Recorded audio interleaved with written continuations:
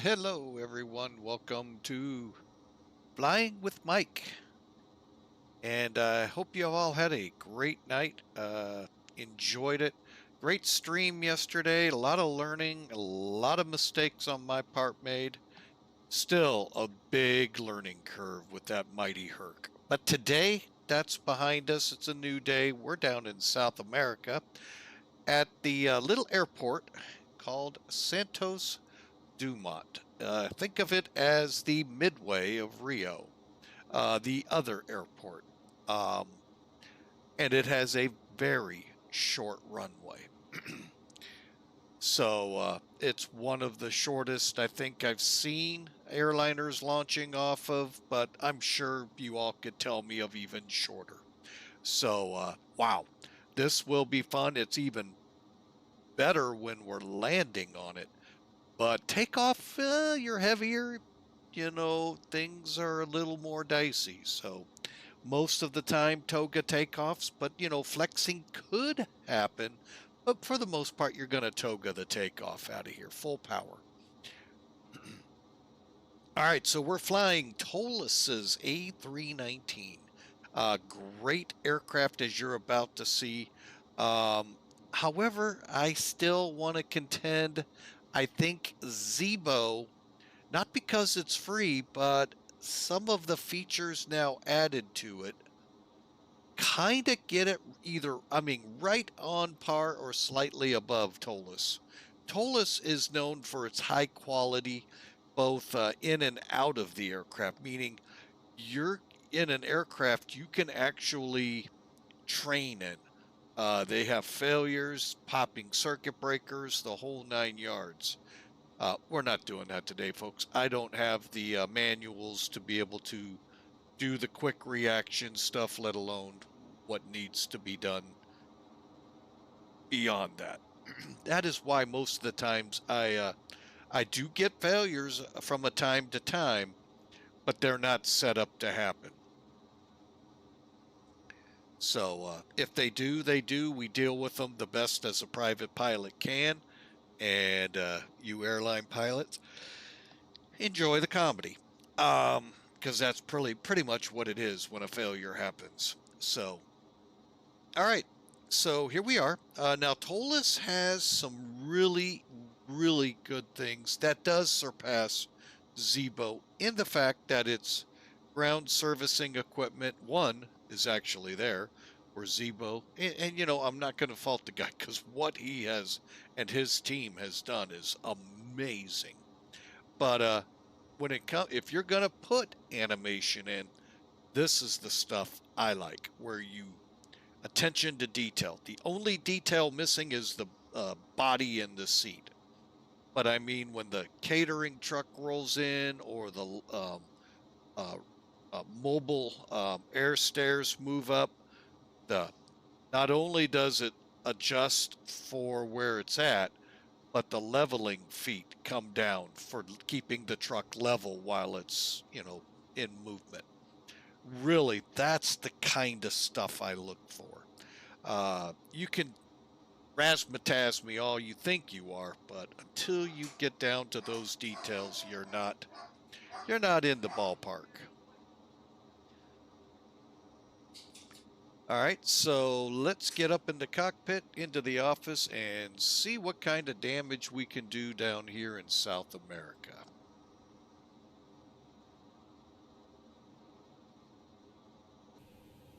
All right, and as you can tell, like always, it's precipitating. In this case, thankfully, we're just south of the equator. It's rain. So let's get into the pre-flight here real quick, folks. Now, there's a couple of ways. I just realized there is another way to do this. I mean, yeah, I love using Sim Toolkit. Don't get me wrong, folks. But you can actually almost do the same thing in your charts program. We'll show you in flight. But anyway, for here, loadout today, 128 peeps are signing their non-disclosure agreements, so they can't take the airline to court over how poorly I fly. Just kidding. we're going to put on, where is it? 17,839 pounds of fuel or thereabouts. You'll get that in just a second. And zero fuel for today is 128,970 pounds. All right. I haven't put it up there yet. Let me put it in there now. All right, there's the route for today, folks. PUMS 3 departure, MUDKA, UM409 to REINA, and then into Brasília. That is where we're going. Brasília, Brazil. Gotta love it. Just too easy to go up there and just go, you know, this is pretty cool. We're landing in Brazil. No, Brasília, Brazil. I love the name of that town. So, cost index today, folks, 27, and dispatch is liberally giving us 36,000 feet to fly at. So, planned takeoff out of here, 20 left, planning 11 right, although SimBrief really balked at me wanting to take that runway with the way the METARs are because of the way the terminal airport forecast shows. So we'll see if we're going to do a runway change en route. All right, let's take a look at this from, let's see here. Well, we'll do NavGraph from here. We'll import the plan, and you know what? Remember I told you I was going to show you how you could see your SimBrief stuff here? I'll show it to you, but let's first look at the flight. We're going from Santos Dumont to Brasília, SBBR. It's about a 500-mile flight. So give or take an hour and a half, once airborne. All right, there's our departure. You can see our arrival. Real quick, looking at that departure. We'll be back with this with charts here in a minute.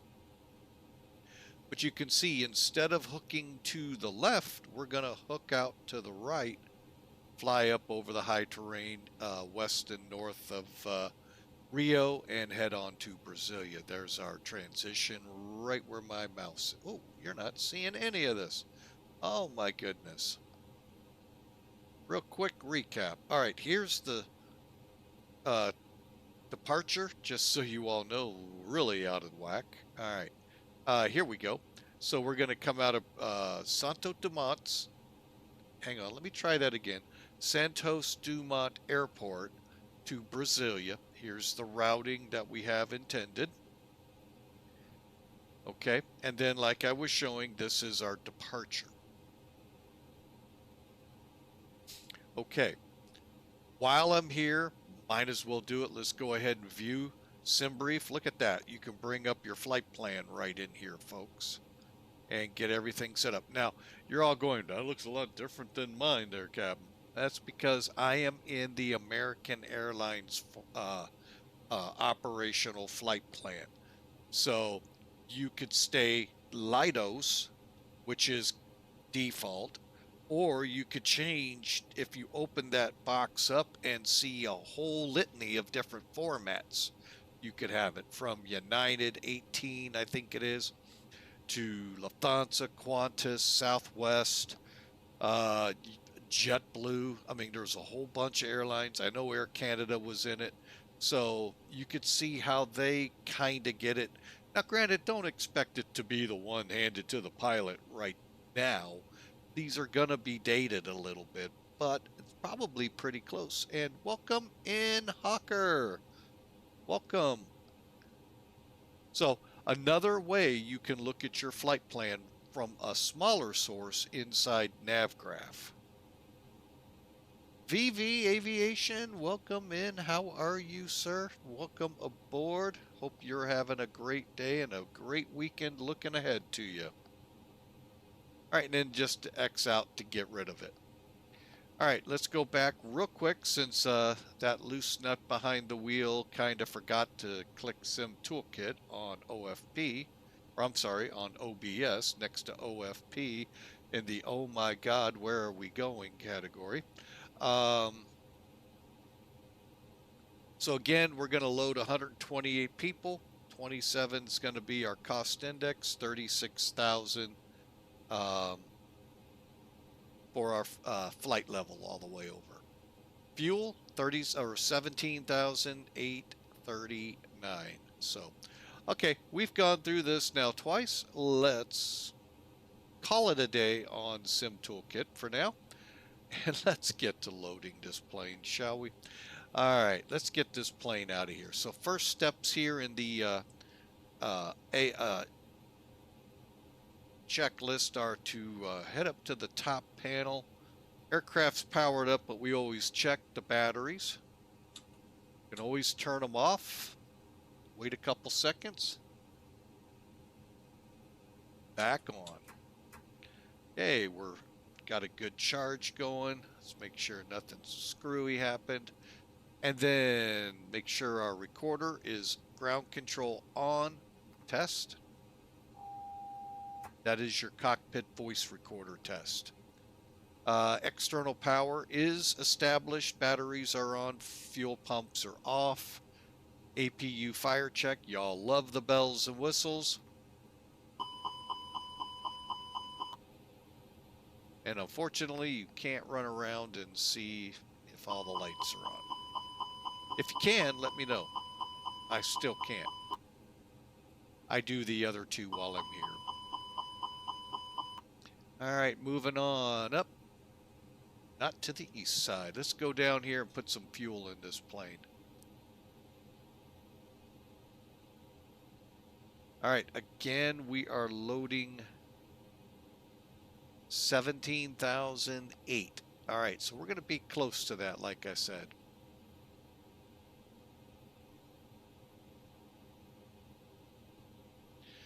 All right, so we're looking at 839. Let's just take it up to 18,000. Request the fuel truck.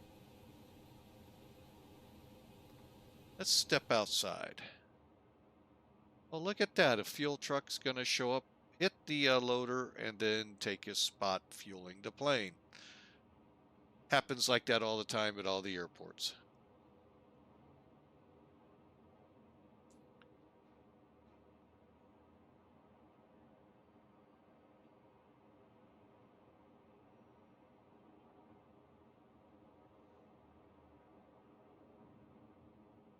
Trying to catch up here what's going on here.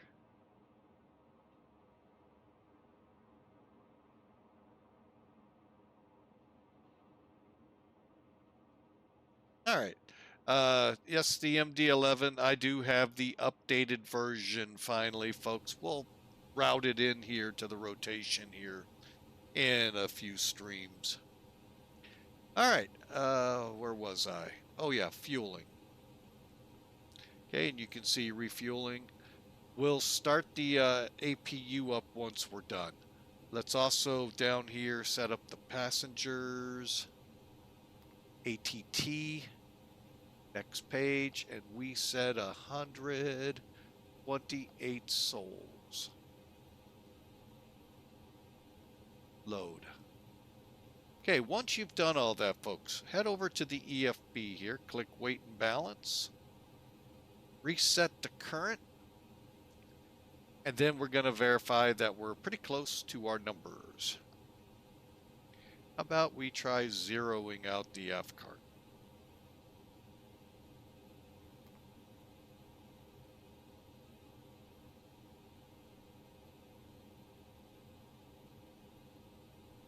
One more time on the reset. Where'd we go? Oh, there we are. 118212. We're looking for 118153. Folks, that's about as close as we're going to get to it. Sold. All right, and everything looks good. Over here, we'll just do a quick click the map. Come down a about we go to 9. There we go. Back to the weight and balance. All right. So we got the aircraft still refueling. We're getting close. We still got about 5,000, 4,000 to go. So let's just continue on and come back. All right. So cockpit lights. Up top here, it says casually. All right. Do a test here of all our lights. That's the ANN test. They look good there, look good there. Pop down here, swing to my right, left, to my right, down to the bottom, and swing your partner round and round. Oh, sorry, this isn't square dancing. All right, so all the lights look good. Sylvania and GE will be happy to know. All right, let's go back down. Ooh, I keep thinking that's it. I'm sorry. Ground spoilers are down. Flaps are up. Radar and transponder are set for the ramp. Let's push up to the overhead again. Lights are, let's see, probe heat is off. And air conditioning panel is going to be set to norm while we still wait to be fueled. Generator 1 and 2 are in fault because the engines are not running, and we'll keep the external power on till we're able to turn the APU on. Ventilation looks good.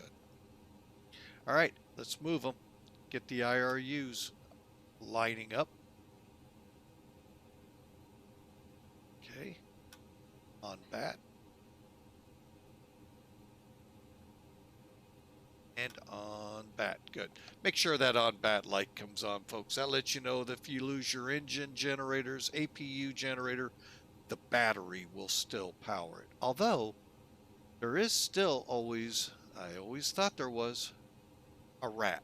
And not a rat in that there's somebody tattling on you, but a rat that drops down when you lose electric and hydraulics. But I am not seeing anything that tells me there is one. I'll have to look into that.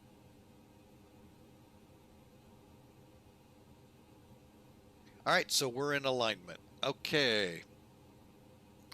Finally, let's, first off, are we finally fueled? Yes, we're at 17.9. Let's go up here and crank it up. APU. Waiting for flap open. You can also see right here you have 7 minutes till it aligns.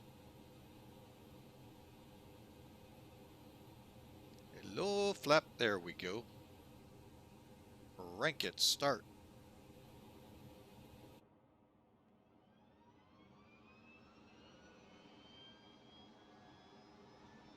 Not sure how well you can hear that.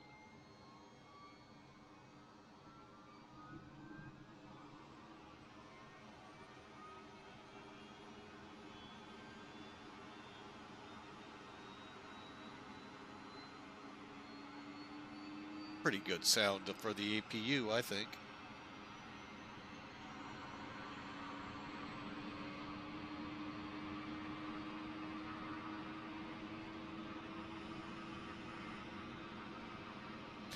Make sure you wear your hearing protection, folks, while the APU is running. Important safety tip. All right, let's get in here. Flap available, and let's go ahead. It's available. All right, so we'll continue down here. APU bleed on. Packs are out. Cross feeds auto, pack normal. Let's see how we're doing in the cabin here before we... I'm going to see if we're cooling. No, we're not. Okay, so we're going to go up top. Move them to cold 1 notch. See if that starts them down. They're starting down, so we'll kind of keep an eye on that. All right, moving on. Strobe lights, auto. Reason you stick them in auto: when the aircraft lifts off the ground, the strobe lights will come on. If you forgot. Nav logo lights, I've got them set to 2. Seatbelts going on. No smoking's auto. Emergency lights armed. And landing elevation switch auto. Straight up and down, 12 o'clock. Pack flow has been set. Fuel pumps can come back on now. And we've done our fire check. Radio 3 looks good.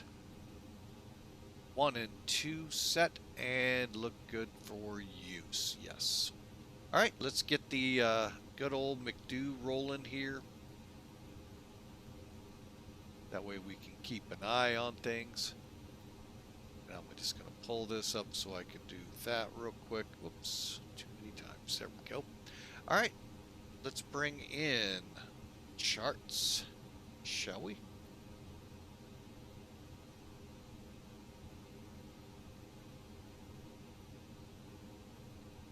Hang on a second so I don't forget, because this takes a little bit of time.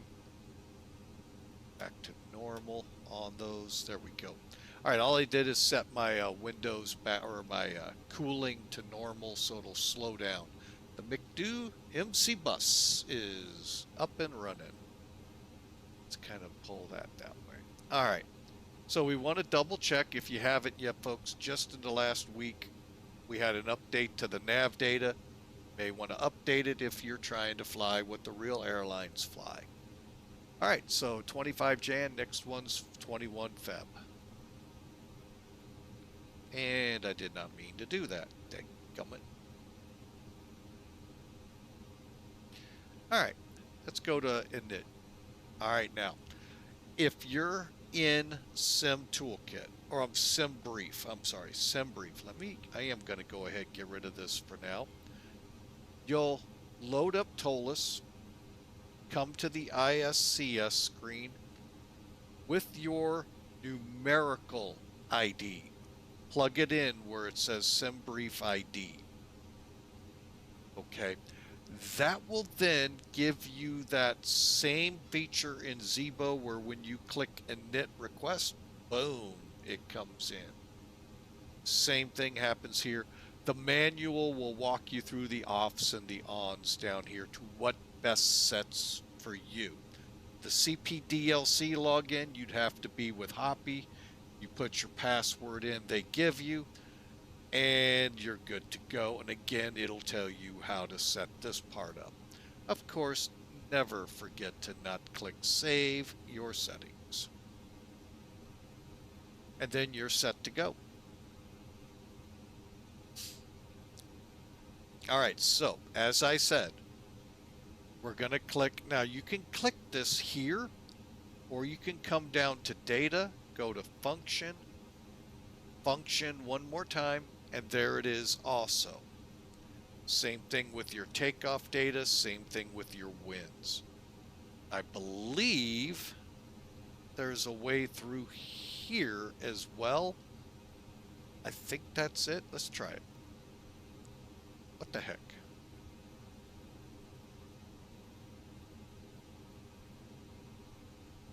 Friday Flight Hype. Thank you there, Mr. Hawker. And if you're curious about the Hawk there, he's got a couple little things you may want to head over and check out what he has going on when he's online. He is trying to take, he actually has the fuselage section of a Hawker 125-400 in his garage that he is going to turn into a flight simulator sometime between now and 2015 or 2050. Not sure when that'll happen, but sometime between now and then. And he's going to be doing streams and all out of it, so be watching for that. All right, let's go back to the init page. Look at that. It took care of it there. So you've got the page loaded. Let's go to the alignment here. Now what we'll do, since we're down here in Santos Dumont,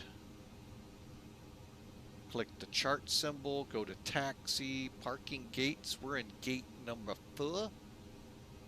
Gate number 4. Just do it this way. Is 2254.7 south. Okay, that's where the arrows are, so we'll click up first. Nope, that didn't work. Go down. 2254.7. Click the line select over here. Then you're going to 4310.0. 4310.0.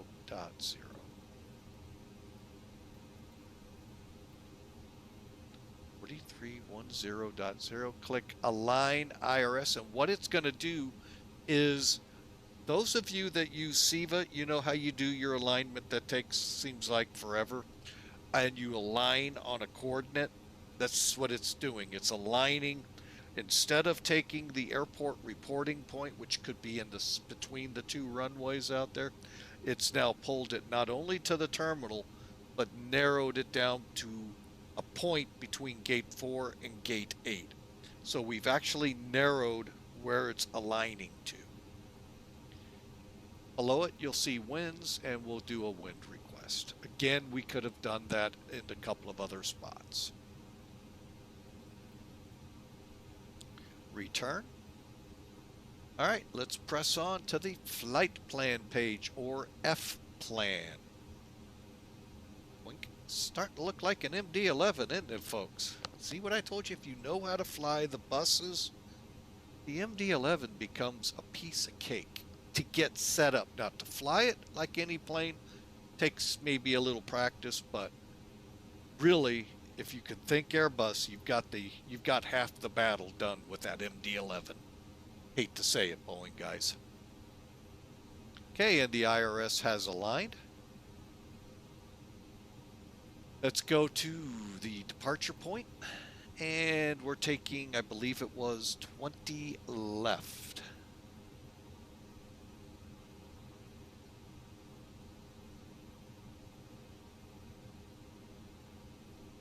Okay, I appreciate it.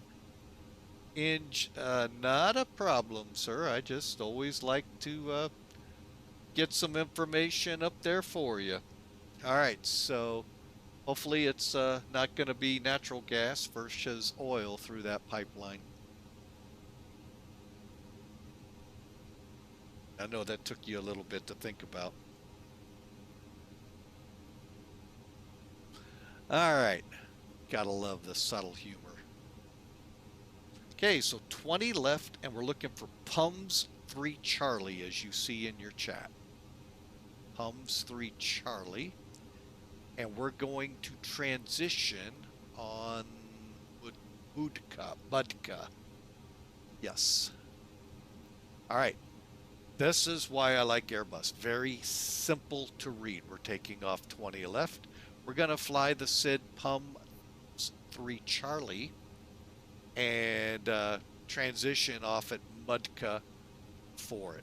Insert. Can't get much simpler than that, folks. Well, it could. But all right, let's step through. As we look at the flight plan over here, we can step through. Iowa Scotsman, welcome aboard, sir. Always love having you in here. Okay, looking good so far.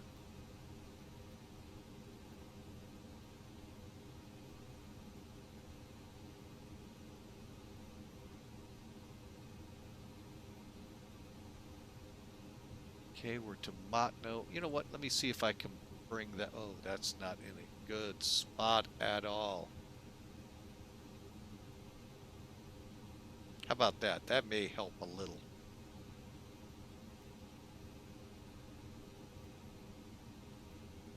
And there's MUDKA. All right. Now, from here, we jump on the Interstate UM 409. Oh, wait, that's on the ground. How about an airway in the air? Uniform Mike 409, truck on. Couldn't resist, folks. All right, so we're going to go see Exo Nook, Dchan, Calip, and Bizud.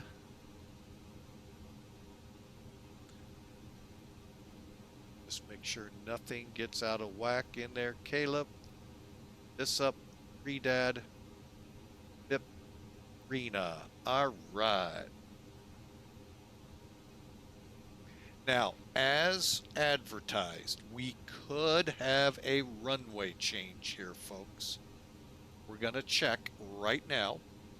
Unfortunate. Oh, we actually must have. Something tells me FatSim came up. Oh, IVL came up. Okay. Well, we're not flying on them, so.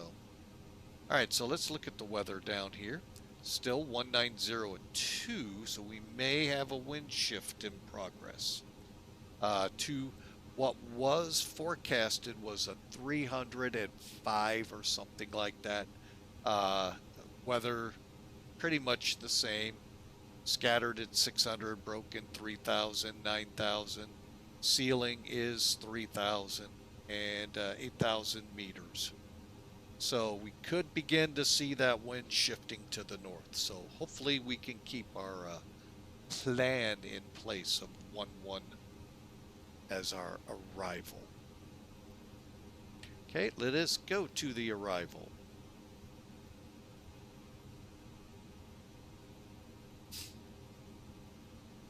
All right, so arrivals available.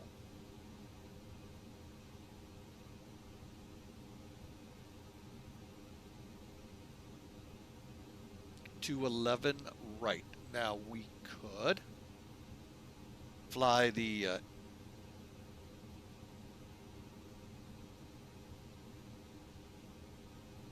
we could come off REINA. There isn't anything saying REINA. Okay, just making sure. And do the SB either Lovela 2A or Cogna 2A. Those two seem to be pretty decent and close to our routing. Let's do it this way. Let's cancel that and let's look at our approaches first.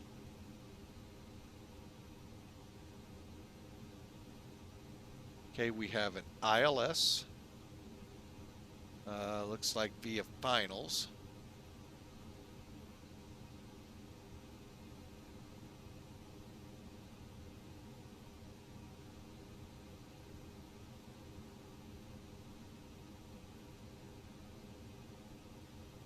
All right. Now I'm starting to see this. Huh.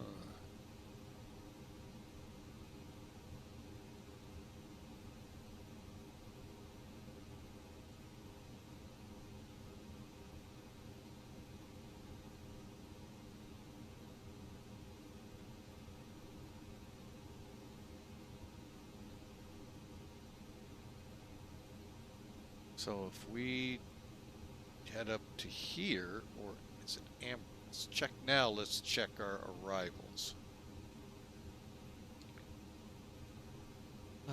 ISB.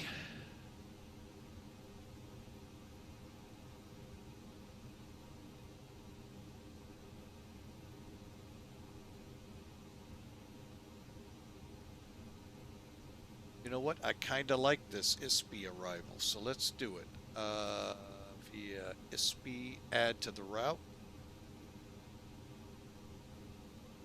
All right, so you can see it's now taking us from REINA to ISB. ISB to fly the approach to get on the ILS to 11 right. Let's do that. All right, so we took the ILS Victor.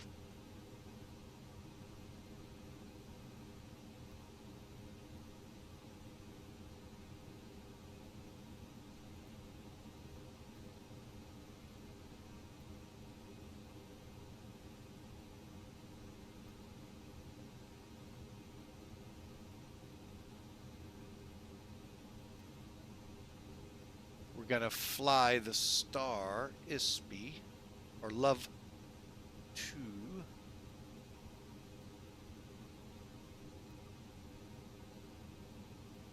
Okay, this part gets a little complicated. You got to look up and see stars so you know you're working a transition over here, via over here.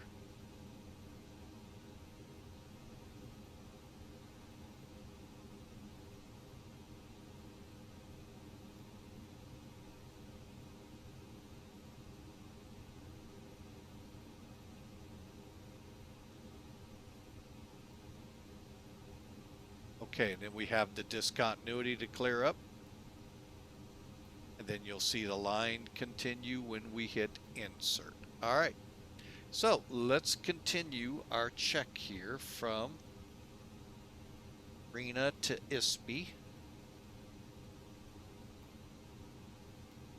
Multi. Needs and then modad. Okay. Deceleration right here. Then we go to BR46. Lovela, BR77. Looks good. Nimto. And on to 11 right. Followed with our out to modad for the hold. Now, if for some reason we divert, we are going to go from Brasília to SBCO, I believe it is. Which is out back by REINA. CF, I was close. And it puts the route in. You're more than welcome, folks, to go here, click, departure, 11 right, and sit out of here to Getmo. Sorry, I was wanting to say Getmo. Follow that, and then the same thing here. I'm not going to for time's sake. Okay, RadNav page.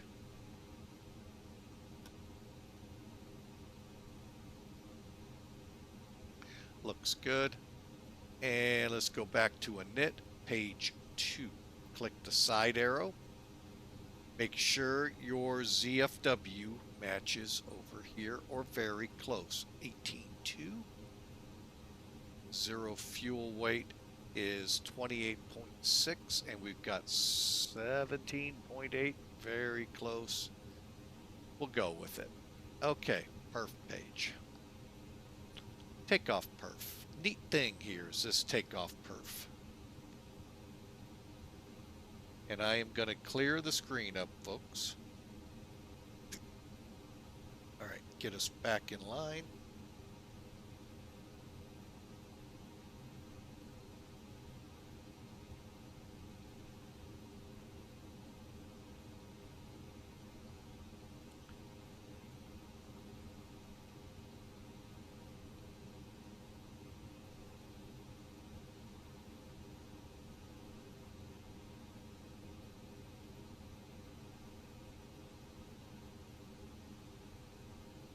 So yeah, as Hawker said, join the Discord channel. And if you don't know the link or the invite, as they like to call it, there it is. All right, so let's get into this. Now, I'm going to have on the side here the ETAR information. According to IVAO, they are going to use 20 left for departures, as they should. Okay, so we got here a 190 at 10. Okay, winds are a lot different than they're showing here, so 190 at 10. Temperature 25. Inches of mercury. Let me show you what I do here. I am not good at this, folks. Click over. Now, it will tell you in charts, it'll convert it. They're showing 1010 as of 24 minutes ago.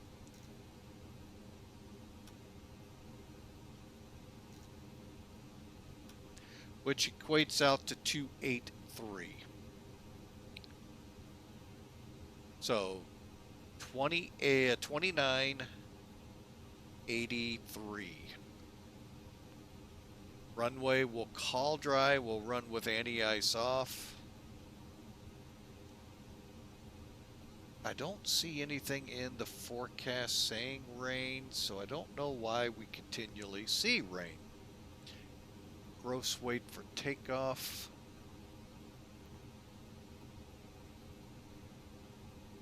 $35.6.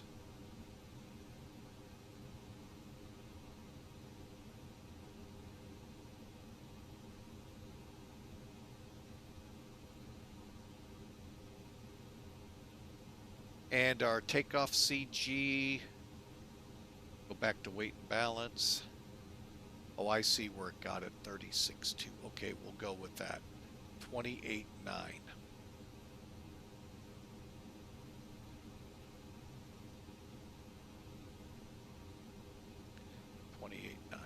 Okay. Once you have the basic information loaded in, oh yeah, air conditioning on. It's not like up north where we don't want that. It would be better stated as heat on. So, anyway. Now, granted, we got a 4,360-foot long runway.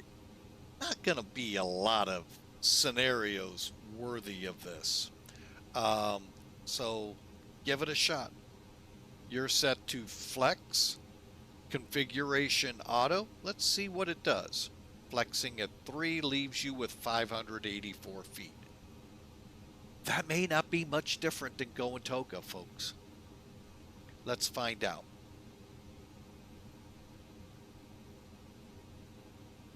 All right. So with TOGA, see how you can do the different variations before you head over to your perf page here in the McDo.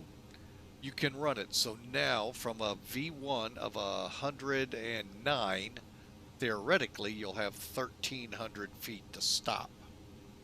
And you can work that up to 119 where you'll have 500. Hey, go figure. Same as you did with flexing. So let's work with this, okay? We're going to TOGA, flaps 3, and see what we get over here. So let's go uplink. All right, 2982. I'll take winds. We got to put that in. 190 diag 10. So far, we're going to consider it dry. And let's see what happens.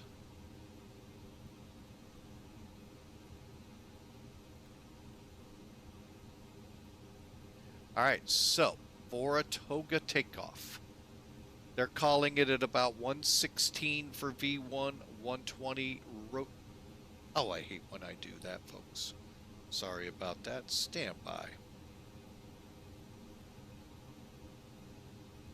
Okay, so you can look at the similarities here. Everything is the same as over here, minus we're one lower. V1, 116, 120 for the rotate, 124, 3 for the flaps. The trim up 0.4, matches. Overall, everything matches here. So, clear that off. Let's insert. The only thing we have to verify is our transition level. Very simple thing to do. Go to your SID, upper corner here. Airport is at 10 feet, transition 7,000, we match.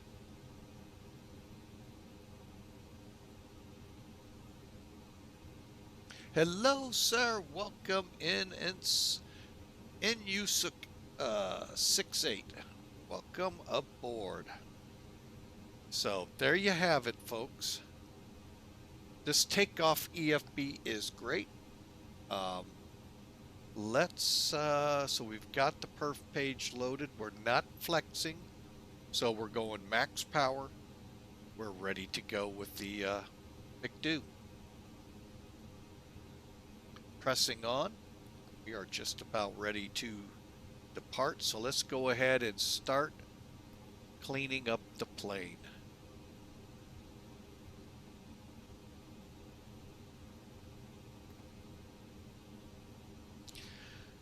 All right, let's get those guys out of here. All right, so finishing it up, the altimeter has been reset to, as you saw, to, let's get it on the right one now, 1010. We've got VOR. Let's go LS constraints. And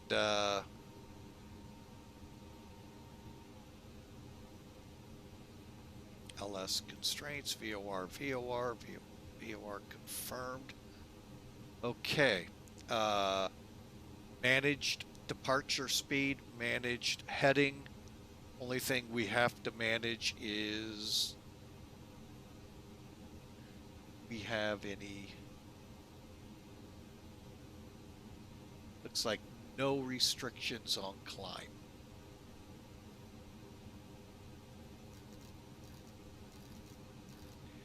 Any that are built into the SID.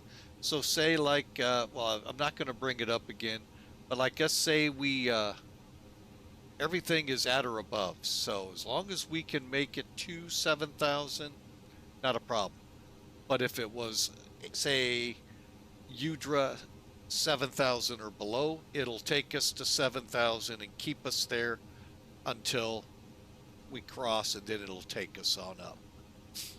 And that's most, if they're of any sophistication in it, most of them will do that.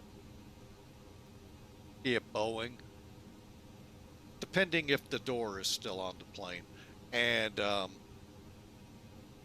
McDonnell Douglas products.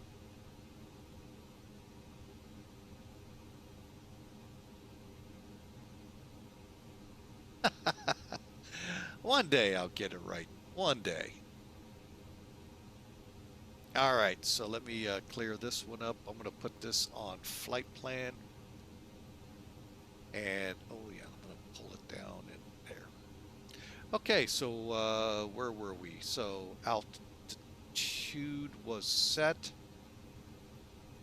Anti-skids on. Landing gear down, 3 green. And transponder and beacon await. I don't know about you all, folks, but I am ready to fly.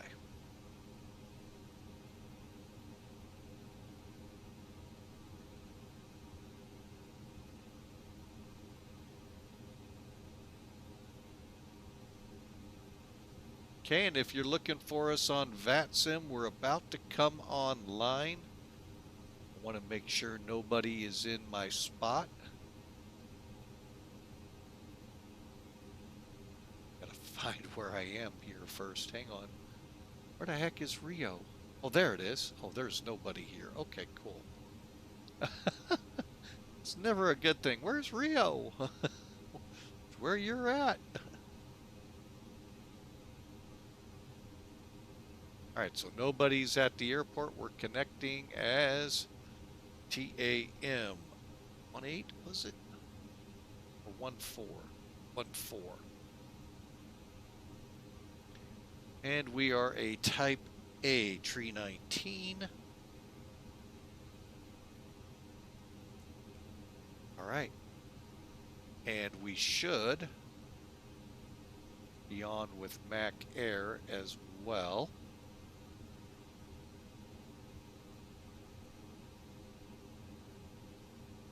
All right, and final boarding is complete. Let's kick up a notch.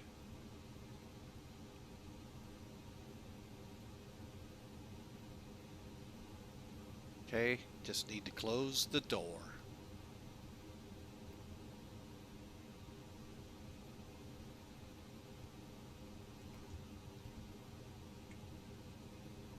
All right, folks, let's do it, shall we? Okay, 1, two more things. We are on APU is avail, bleeds on. Okay, off that, beacon on.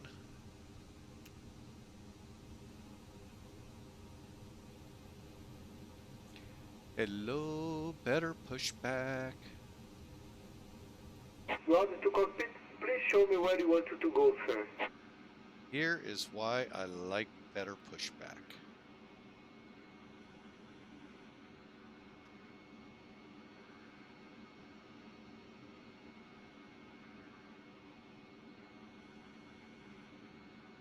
Roger to cockpit, tow is driving up.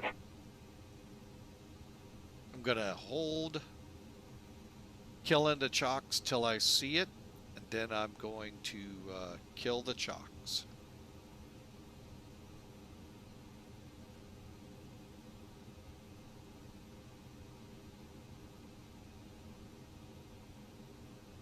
There it is, coming out of the building. He tried to use the door.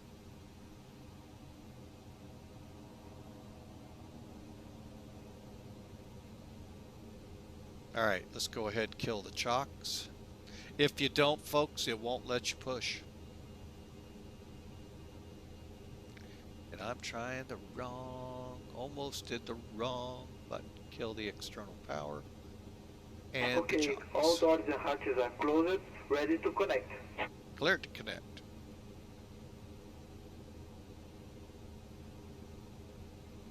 And unfortunately here, the jet bridges do not work.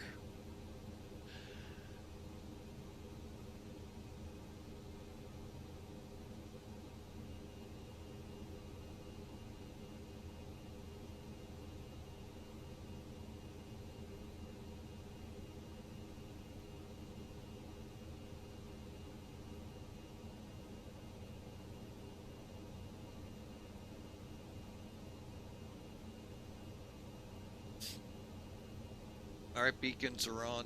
Tow is now Standby, connected and ready the to go. bypass pin is secured. Please release parking brake.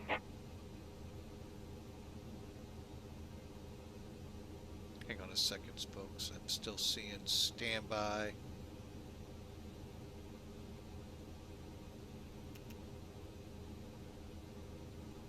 All right, brakes off. Face north Starting or pushback west. now, and you may start your engine. Now we're gonna wait till we push back. Okay.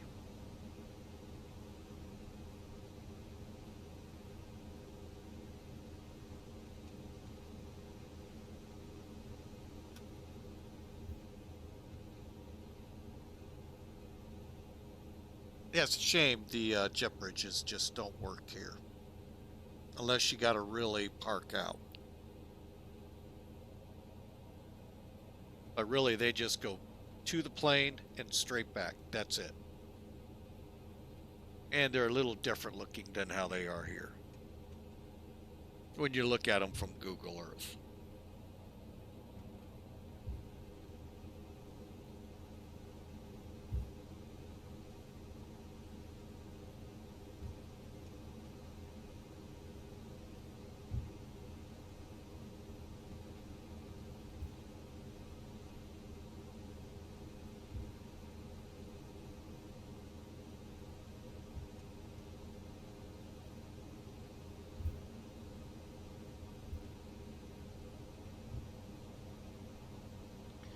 All right, let's go ahead, crank up number 2.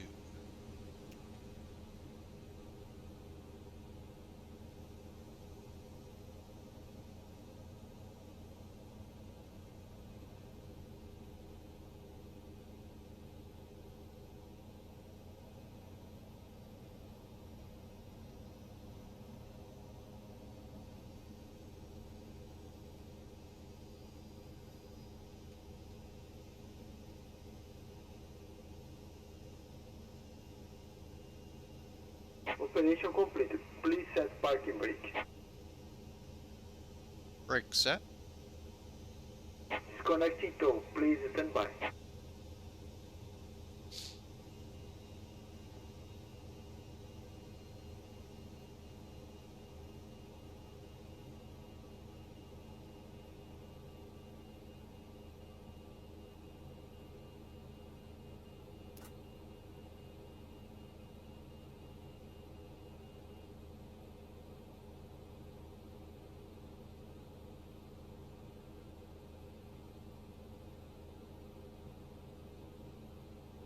All right, got number 2 started up. Let's get on to number 1.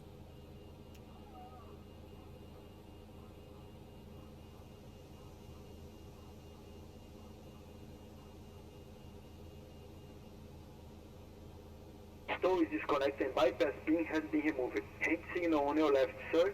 See you next time and have a safe flight. And thanks for flying with Mike. Better push back.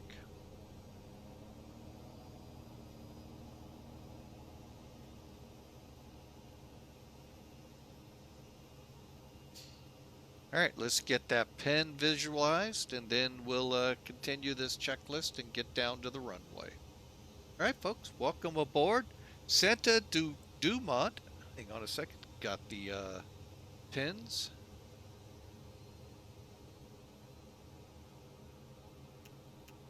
From Santos Dumont Airport in Rio, headed up to Brasília, Brazil. Never heard of something sounds familiar, folks. Something sounds familiar about that town. I'll leave that to you all to figure out. All right, we got our engines wound up. We'll go ahead and start our 3-minute countdown. Okay, APU bleed.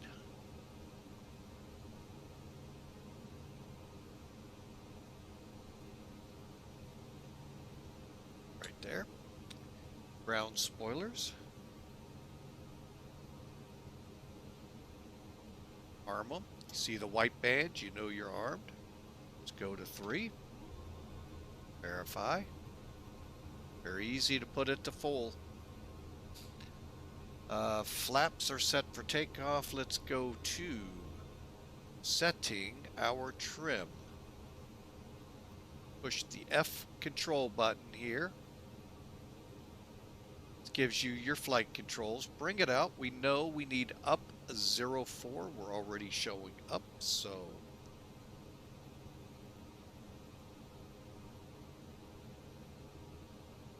while you're here, you might as well check your surfaces. Make sure no gust locks are in place and that they're working and properly and stopping at the middle point like they're supposed to.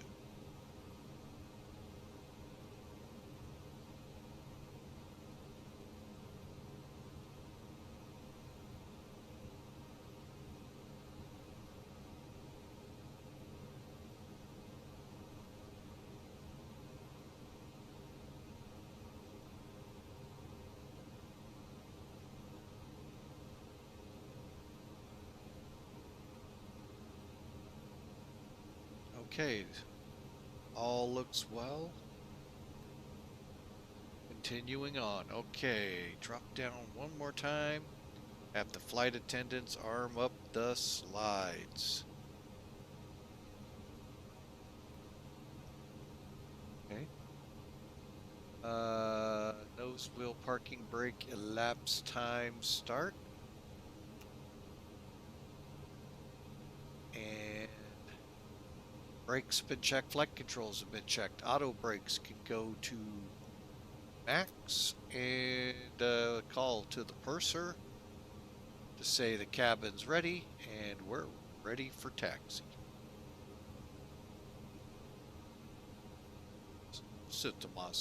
Santos Dumont traffic, TAM 14 taxi to 20 left. Santos Dumont traffic, TAM 14 taxi to runway 20 left.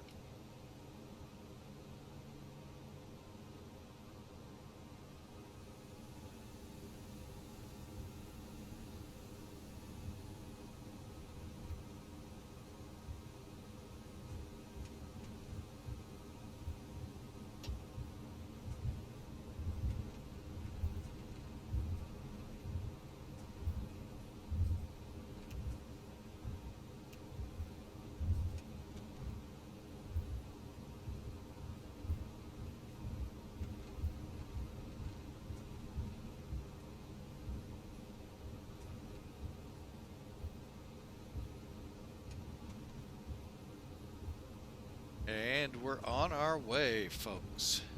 As you can tell, it's quite a busy little airport here. The main Rio airport, for those curious, I believe is over here. If it's not there, it's over by those hills. You're that close. So that's why tight turns, not tight, but tight approaches. You're in between the runways. It's pretty, it's a fun approach, folks. I highly recommend if you get the chance to fly it.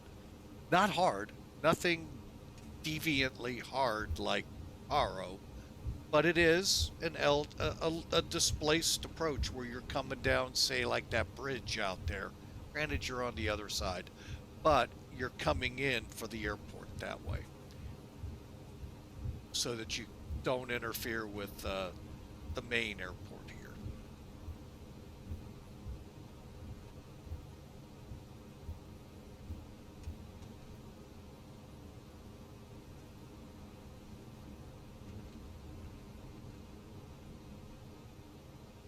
But yeah, the airport itself, if memory serves, is literally right over there on the other side. Santos Dumont traffic, TAM 14 departing, 20 left.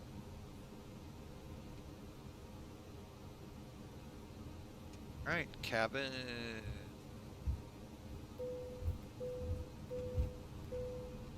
Ready? I am going to use as much of this runway as we can. Of course, it's showing it wet.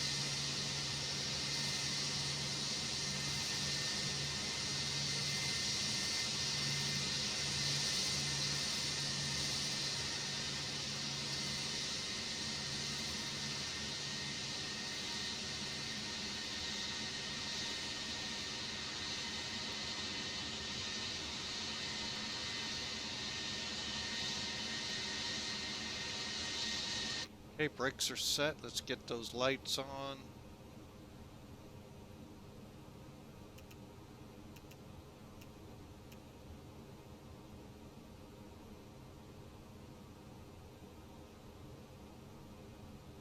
Okay, we're clear for takeoff, folks. Short field takeoff, and we'll be banking to the left upon departure.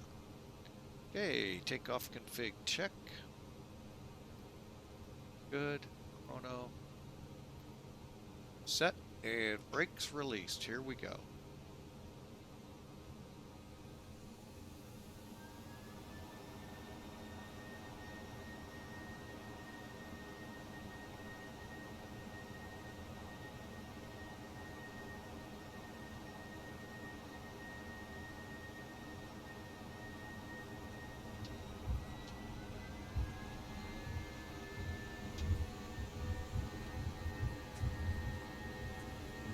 Toga, stick down a little bit.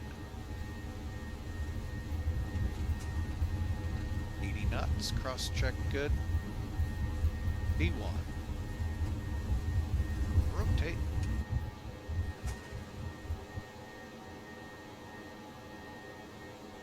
Gear up.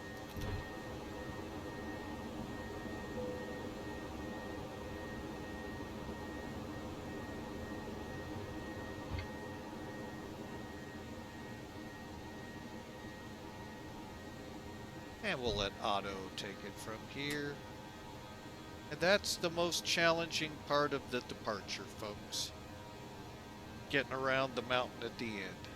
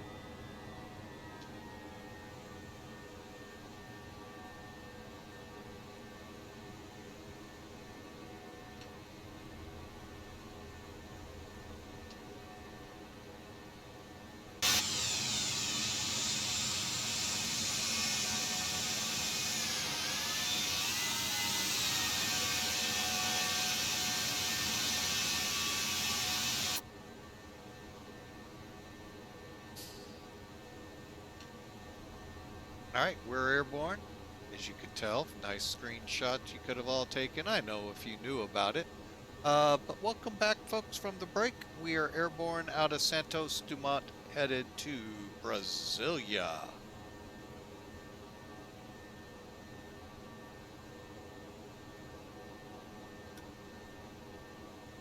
Okay. All right, I'm going to go ahead now and kill the APU.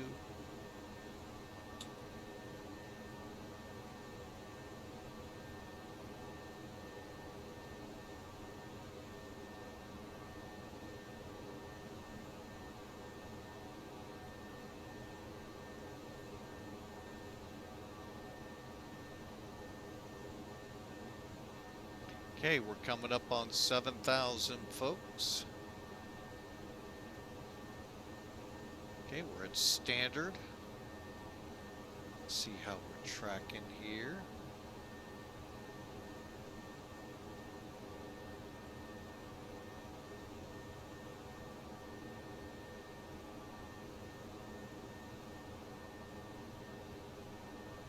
All right, we're not going to be able to see much of Rio. But anyway, basically, there's the airport right there, the main one. Ours is going to be about right there. So it gives you an idea of proximity. They're very close together. So, all right, so off we go, folks, into the wild, clouded blue yonder.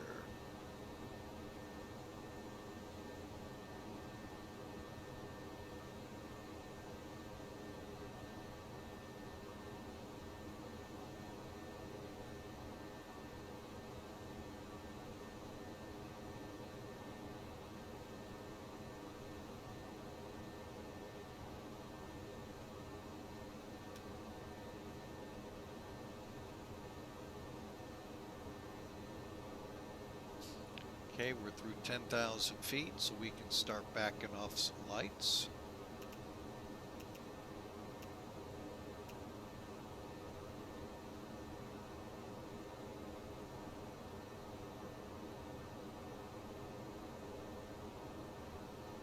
Again, hope you enjoyed the pre-flight and getting the plane ready to go, folks.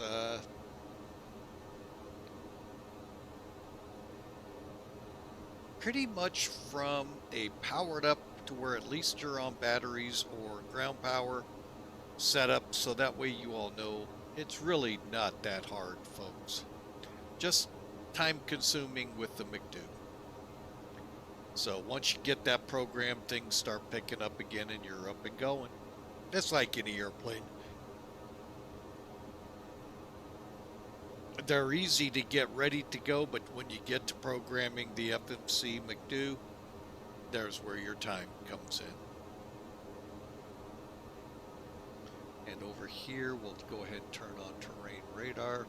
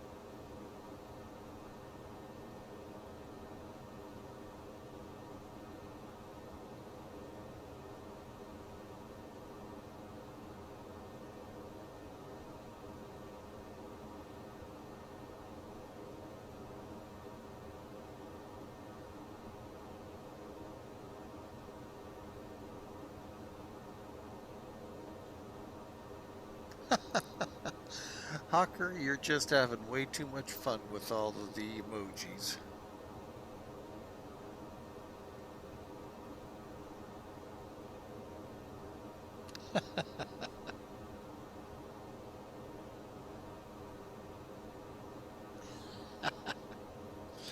Uh,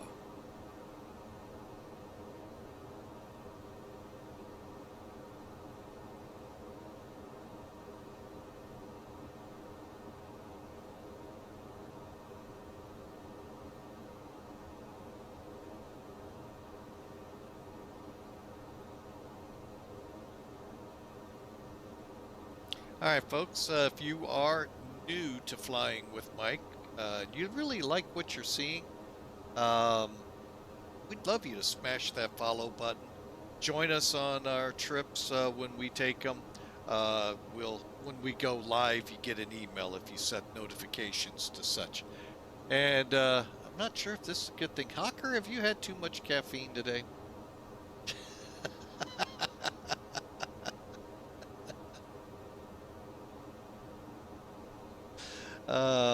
Actually, to me, there is not enough caffeine in the world for me, but I think we might have too much caffeine in Hawker.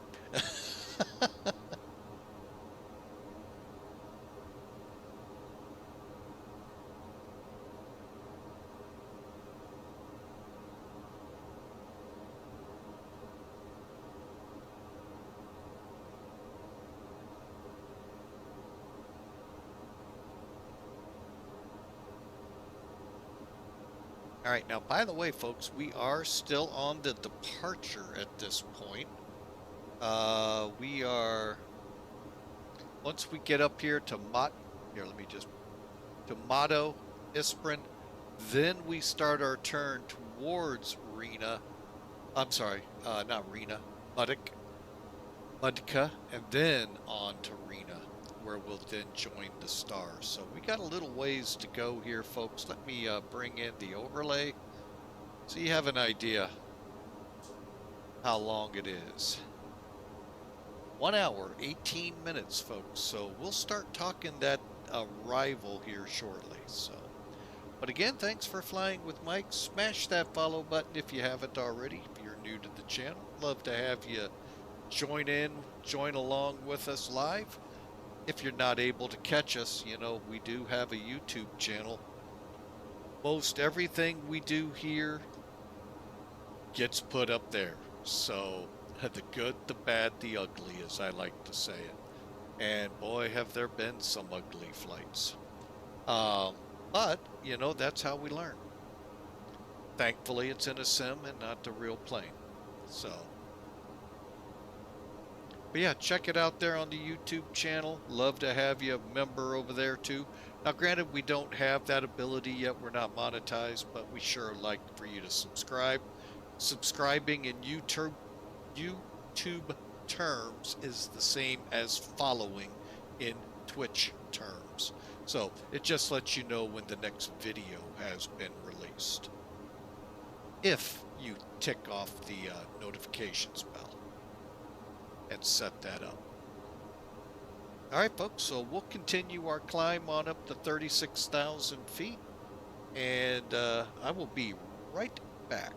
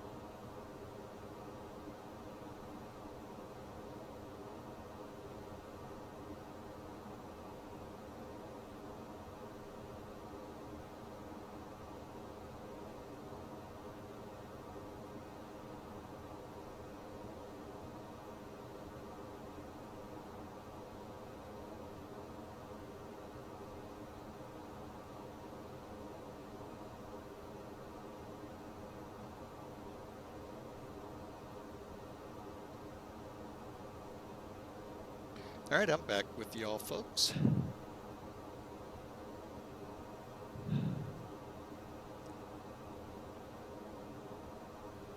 Let's see how this looks.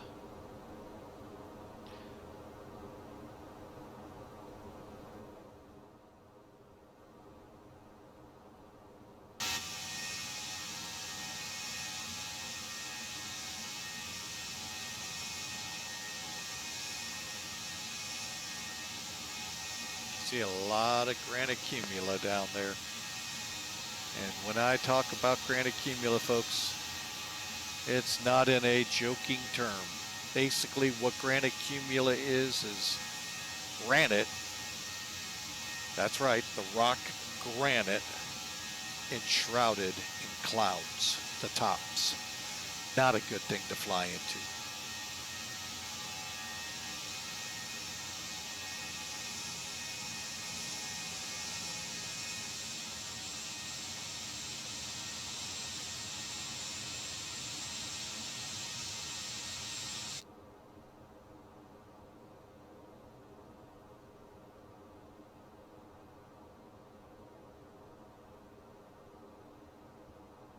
Well, the clouds are looking good again. I think they got that server all worked out, the issues they were having with it. I also know they were in the process of getting ready for the release of version, what is it, 12.1.0, I think is how it's termed. So they're getting ready for that. So be ready here in the next few days, folks, if you have it set up to update, for an update to come down. I haven't seen it yet, so. Nor, as I go to there. Oh, I thought I had that up. I guess I don't.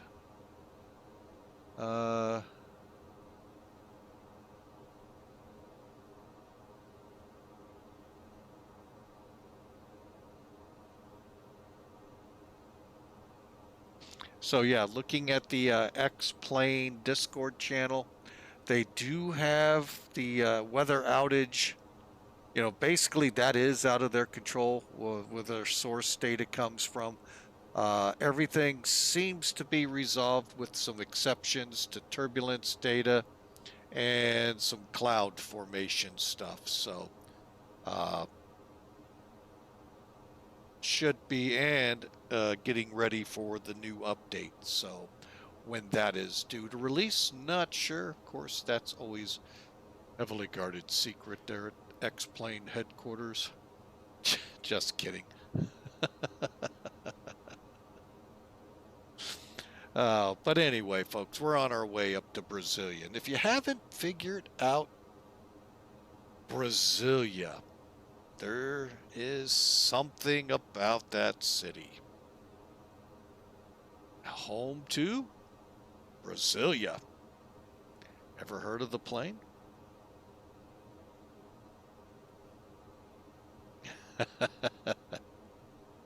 Yep. Yep, you're in Embryo territory, folks.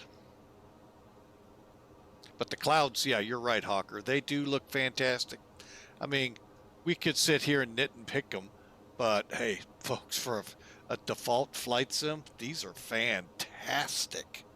If you want to get them to where they're looking like you think they really, really should in the real world, that's what the payware items are for. But for the weakest of computers to the strongest of computers that flight sim developers develop for, this is called default, and this looks great.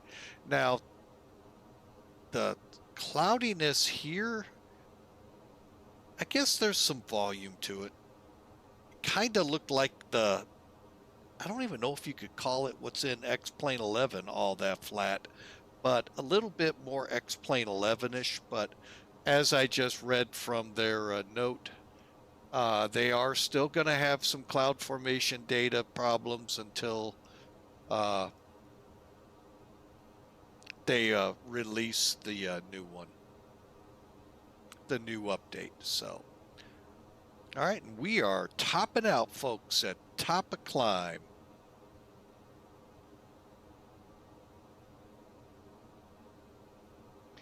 With a little over an hour and 10 minutes to go. So, interesting little cloud right there.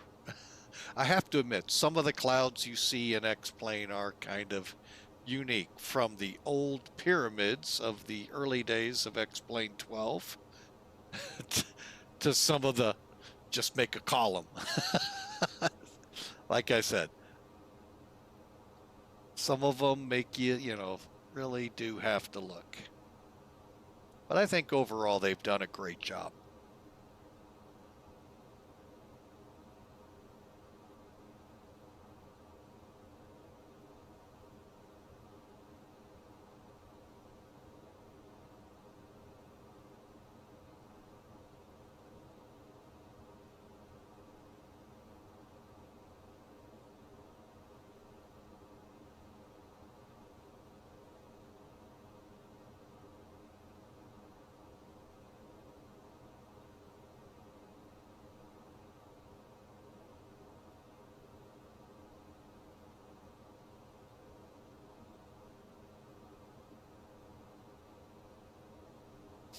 All right, folks, so let's continue on. We'll be back here. We'll be just kind of on the side here, folks, watching the chat. We're going to let some music play on and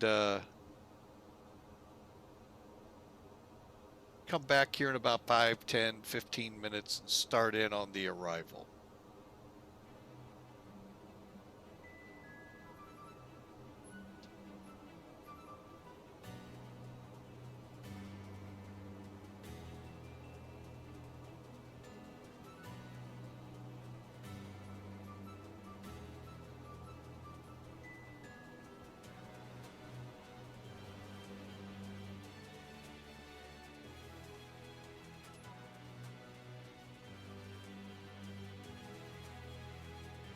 Uh-oh, it's Q&A time. Oh, boy. Sure, fire some questions away. We'll see how we do.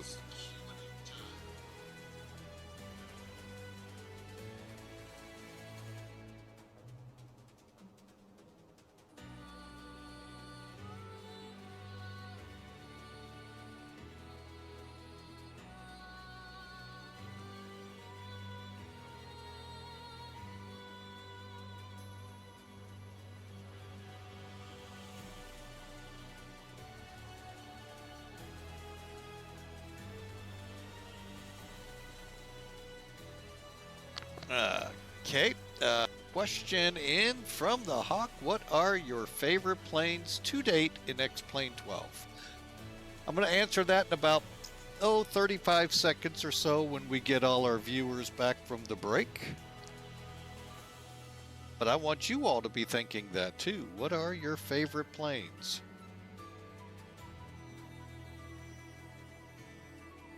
But once we come out of the commercial break, we'll answer that for you, Hawker.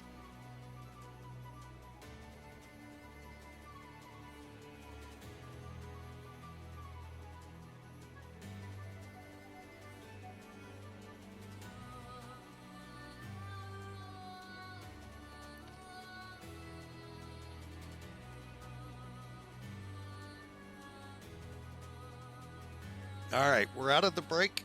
And a question from Hawker. What is your favorite plane to date in X-Plane 12? Didn't want to answer while most of the folks were at a commercial break. If I had to put down an exact favorite, it'd be the Fearless 747. Close second here, the ToLiss products, A320, A319. And then Zebo. Those would be the way I'd rank my top three. I know you only wanted my favorite, but there's my top three, folks. But that Fearless 747, folks, is undeniably a well-done aircraft. Right on the heels is ToLiss. So, going from a 3-man crew to a 2-man crew here is The fact you're flying a 3-man crewed aircraft is amazing in that plane.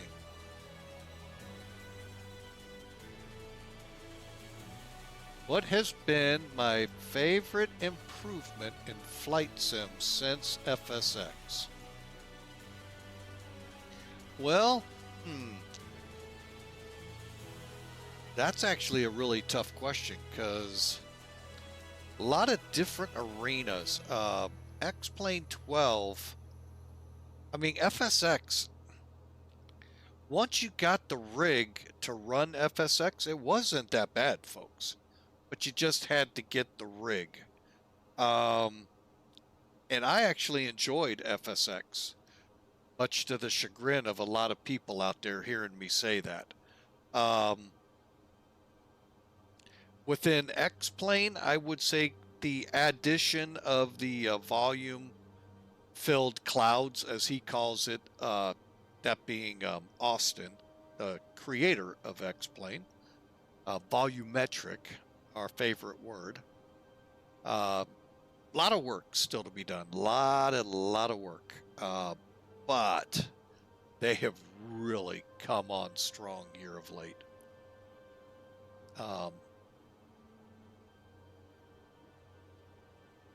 And I'll have to say also some of just how intense some of these aircraft are now to fly realistically. The realism that's been put in these planes, I don't care which sim you fly, they have really amped up. Be it the free Zebo, which really, I mean, if you flew PMDG, folks, you're flying something better than that.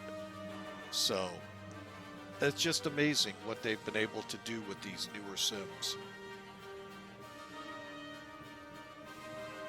Long answer for probably should have been a short answer.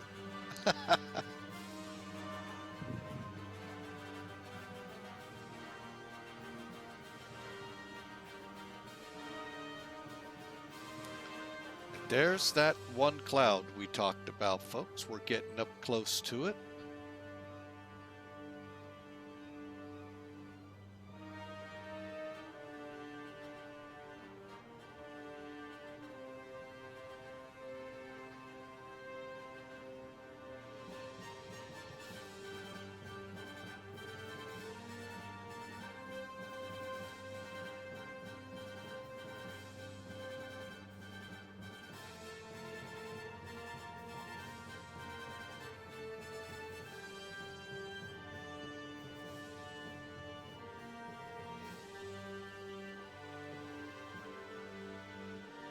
All right, folks.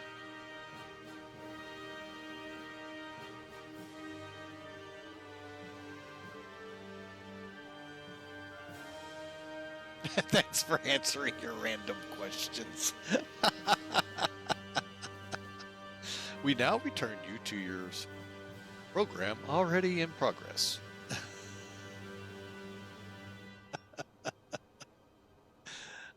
Now we're getting up closer. Like I said, the clouds in X-Plane can sometimes really look weird, but the fact they're there and they have some volume to it, folks, is pretty cool. So, all right, I'm going to go ahead, put a hold on the music real quick. And let's get into this arrival, shall we? Doesn't look too tricky or anything, but it's always good to get into it.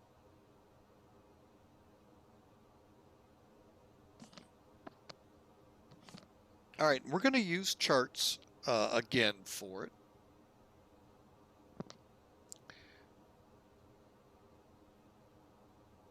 All right, so let me zero in on where we are. So we're we're just starting into the airway up here to REINA. And I think that airway extends to ISPI, but I'm not certain. It looks like it does. But anyway, we're going to be tracking right up here to REINA and ISPI. ISPI is where the standard or terminal arrival route begins.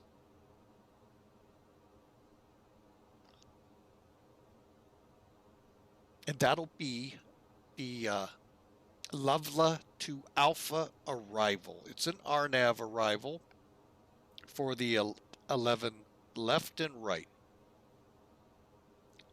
Okay, so that means you're going to have at least the capability of RNAV1, RNIP. Those are going to be what you need.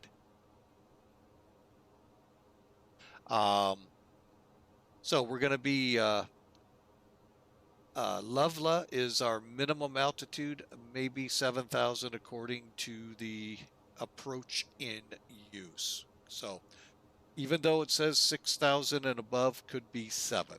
Okay, depends on what you're flying. All right, so we're going to go ISPI, multi, needs, OPTA. Then we're going to fly over to BR046 at or above 10,000 feet. Notice this up here, folks. The airport elevation is almost 3,500 feet. Okay. So that's why these altitudes are the way they are.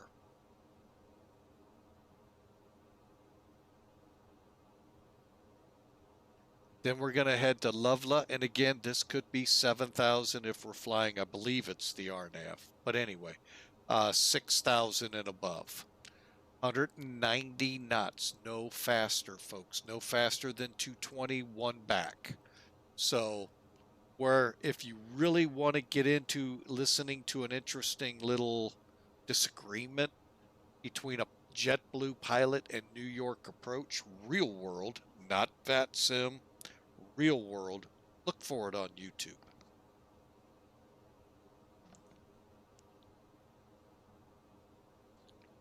A couple of others come to mind, but that one's the biggest on speeds.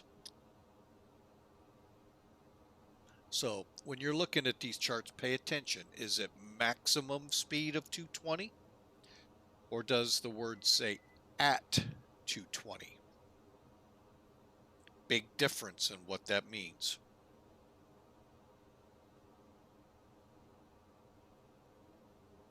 Okay, so once we get to Lovela, we switch over to the ILS. We're going to be doing the ILS Victor onto 11 right.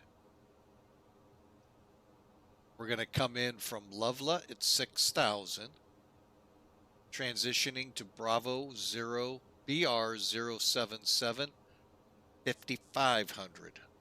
Mandatory. These are mandatory, folks. NIMTO, mandatory, 5,500.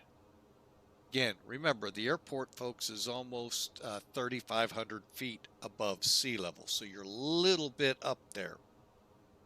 Okay. So there's our initial into here. Now let's go into this more in depth. Okay, across the top, there is a D-ATIS here. So if you all know how to find this, I would love to find it myself. Digitally, love to know. Otherwise, you tune in 127.8. Here's Brasilia Control Tower and ground, of which maybe one of these frequencies they'll actually use. Okay, so let's get into the meat and potatoes here. The localizer is 109.9. Now, in an Airbus type aircraft, that's automatically set. Same with the MD-11, folks. Remember, think Airbus, you got that plane understood for the most part. Final approach course, 108. Again, set in the McDo automatically when you selected ILS approach. All right, so here's the altitudes we need to be concerned with. Tusig, it's right here, and if I roll up just a little, you'll find it's just under 7 miles to the runway.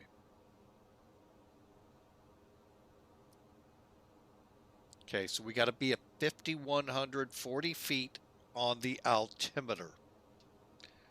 That translates to 1,642 feet above the ground. That's your radar altimeter, which in this plane I believe reads right where my cursor. I don't know if you can see that or not. Yeah, you can. So just see if I can click on it. So radar altimeter, I believe, reads there, if not up here.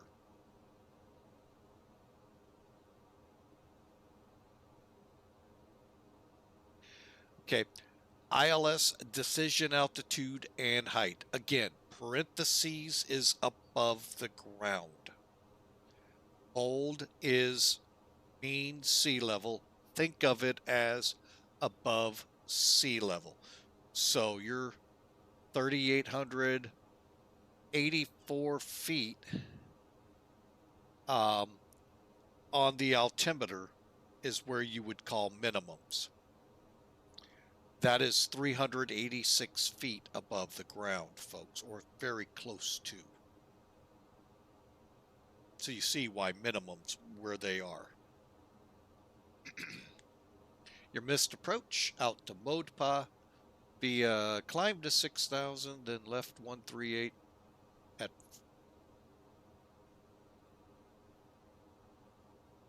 That's weird.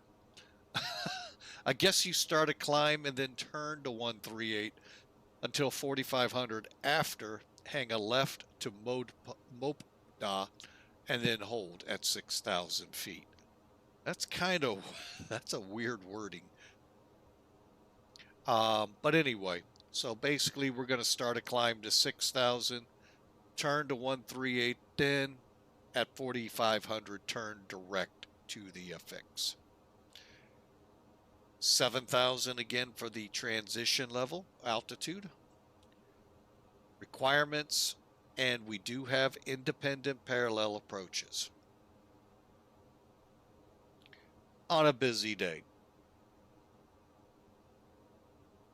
Again, Loveless 6000 BR 077, sounds like some phone numbers out here, from the 50s. 5,500, 5,500 at M2, and then into TOSIC.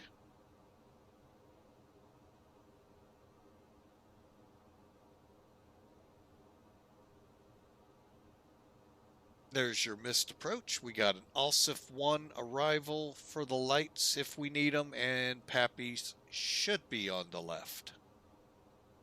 Then finally our minimums, 1,100 meters visually. And our RVR has to be above 1,000. Currently they are reporting here 290 at 4. We may have a runway change, as they said. Light rain, scattered, broken, not bad. Ceiling and visibility. Being it's only 4 knots, we're continuing for 11. I'm not switching just for that little bit of wind. We can do the tailwind.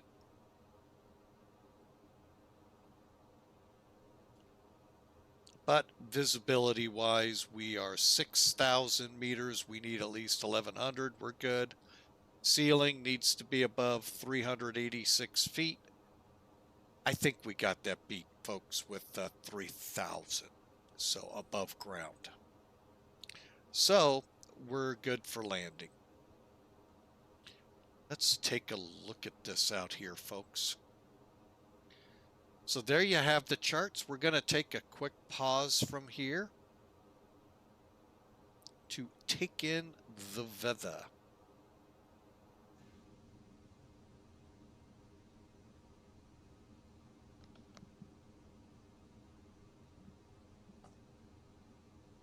Nice thunderstorm depiction here.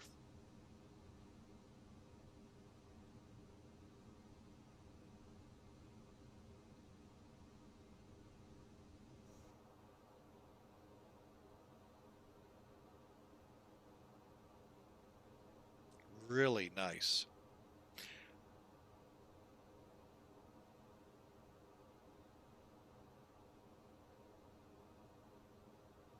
Oh, you have to drop for a bit. All right, Hawker. Hey, we thank you for being on here, moderating question and answer session. Appreciate it. We'll be up for another 45 minutes if you get time. We'll still be here. Yet these are really good clouds. Wow. Look at the lightning and all. That's a little, I don't know how true we would see that, but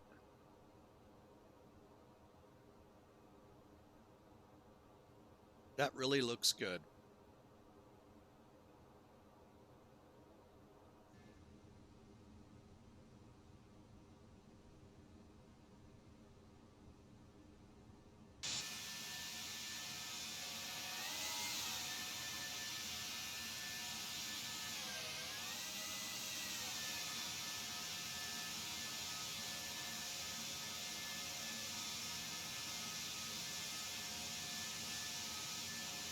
Yep, I really like what, they just keep getting better and better, the clouds.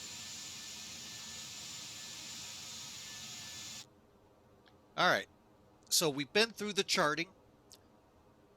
We need one more facet here, folks, and you can see on the radar, they are coming up a little bit. Wish they were the yellows and oranges that we're used to, but greens are okay too. Let's go to the landing perf. All right, so this is as of 1900 Zulu, which just happens to be the one I showed you. So you've got 290 at 4, coming in on 11 right, temperature 21. We're going to go ahead, call the runway wet. It is a light rain. And keep the anti-ice off for now. 130.5, is that going to be about 126.6?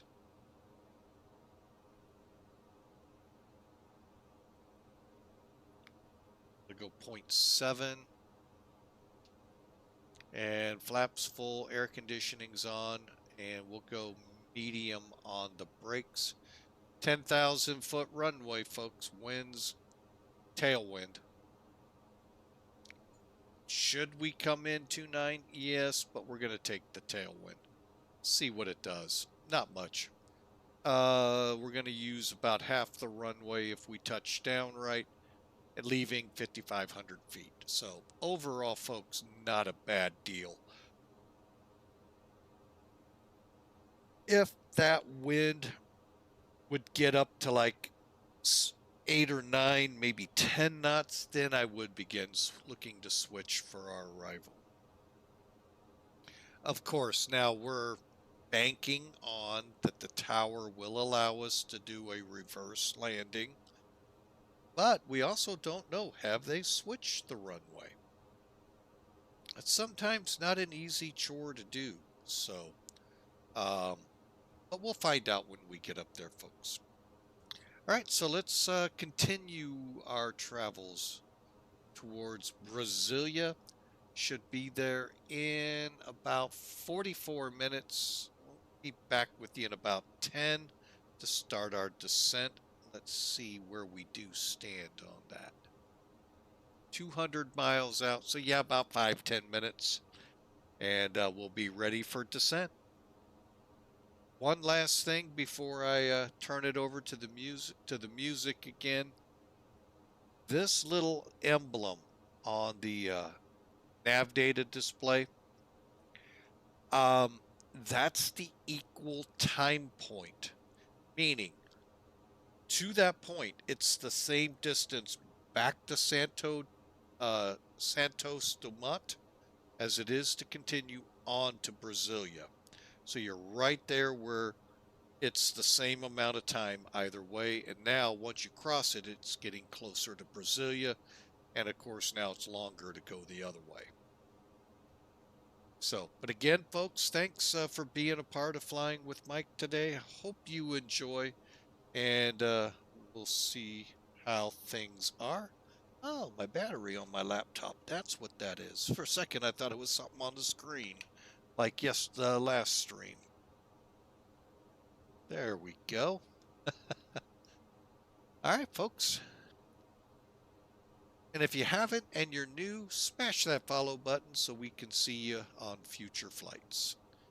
For now, folks, enjoy. We'll be on the side. Any questions, comments, or anything? Hey, we're watching the chat.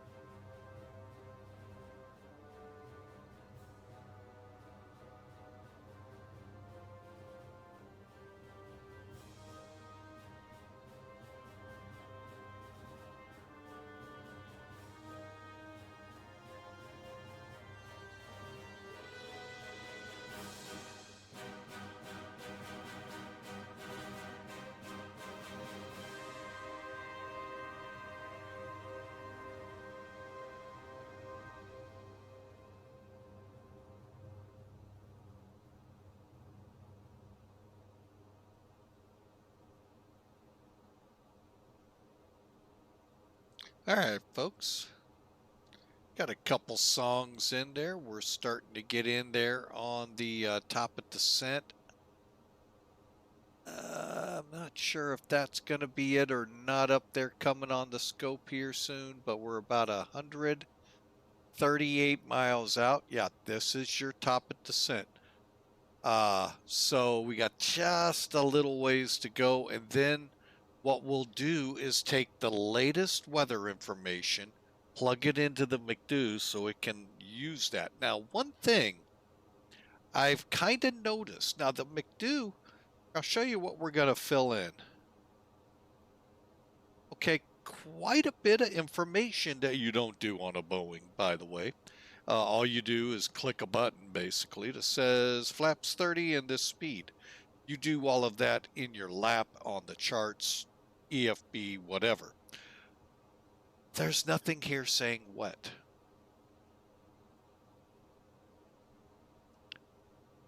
So my question to real Airbus pilots out there that fly the 320, 319, Neos, I don't care, 321, fly this type of aircraft. Two things. One, how do you put in a wet runway? My second question is actually a little bit off of that one. Let's say I have runway condition codes 334 for the runway we're coming into. How would I put those in? Because I know that data now gets put into your landing data. Now, it may be on your charts. I get that on your performance charts. But is there a way that it funnels into the McDo? Boeing guys, we'll ask it of you, into your FMCs, or do you do it all, in your EFB programming? So it would be another, couple more things here.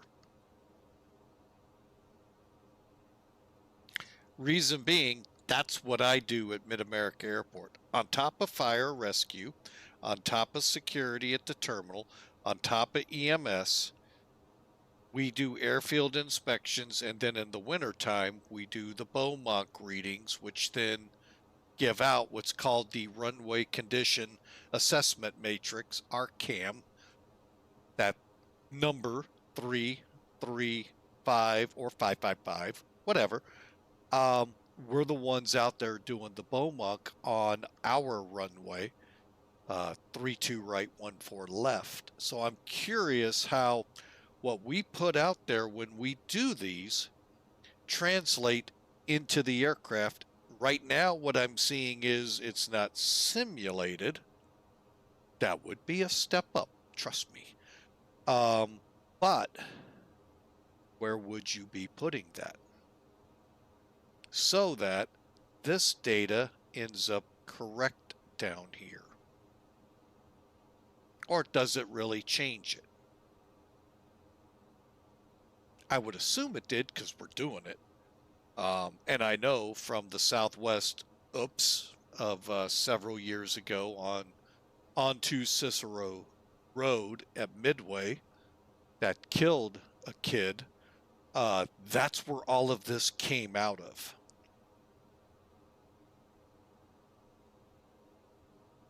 Making sure pilots have all of the information necessary to shoot their approach.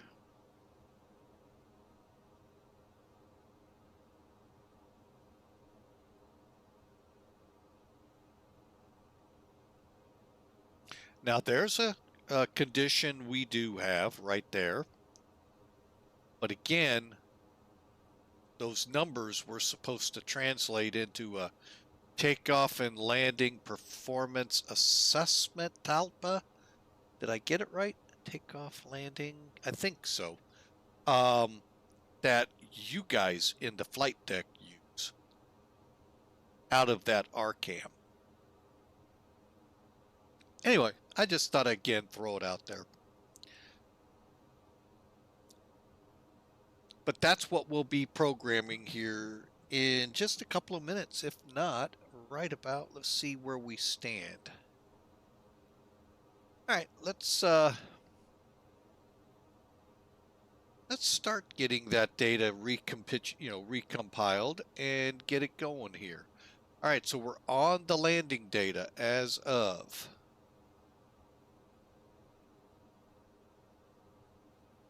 1900 Zulu. Is that the latest, greatest that I have over here?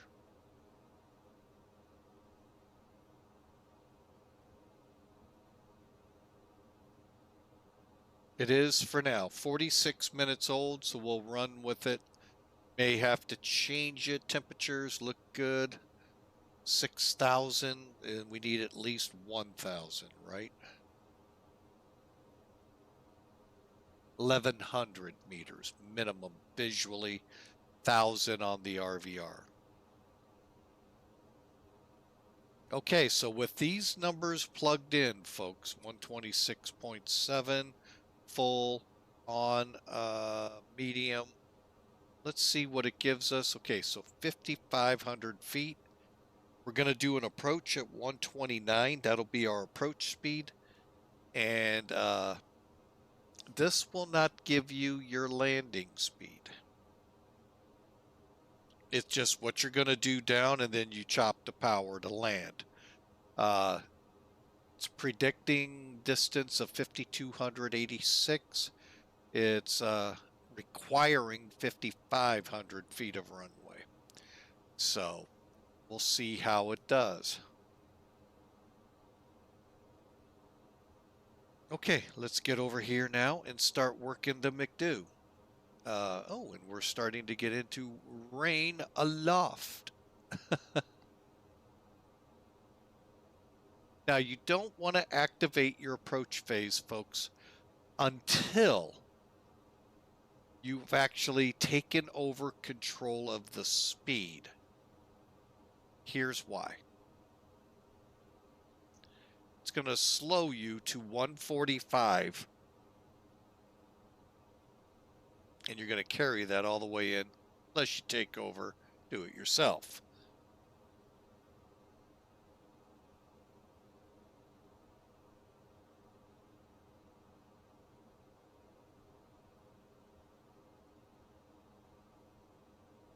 All right, so I'm going to go ahead and just start plugging data in. Let me just look at the perf page. Yeah, we're at 88 miles. Next phase, approach. QNH stands currently at 1015. Now, if we were inches of mercury, or you wanted to do it in inches of mercury, you would do the equivalent, which is 2997. However, you would type it 29.97, and then it would say that up top, inch HG. Air temp 21. Here, let's just do this. Makes it so much easier. Okay, winds 290 at 4.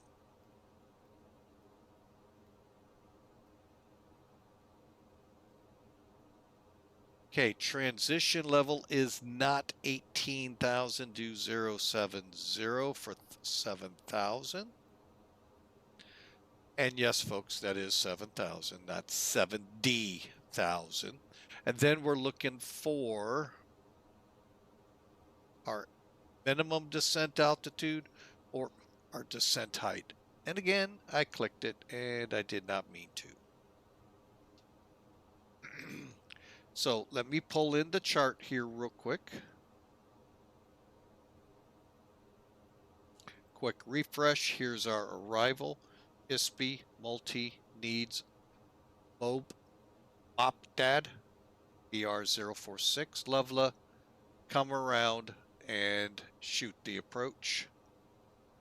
Approach is Lovela, BR077, NIMTO, 2seg, right on in. Okay, question at hand. Here's how I deal with these two. You can only do one. If you do one, type the other, it gets rid of the other. So, MDA, minimum descent altitude. Okay, technically, that's 3884.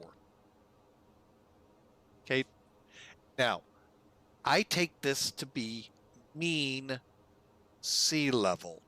I know you're not seeing SL, but the M to be for mean sea level, meaning altimeter. So that's what that would read. Now, decision height, height above the ground, 386. Either one will say it at the same time on their respective grade. So if you're coming down and the altimeter hits 3884, it'll say minimums. Look at your radar altimeter, it'll be very close to 386. I'm going to go with 3884, above sea level.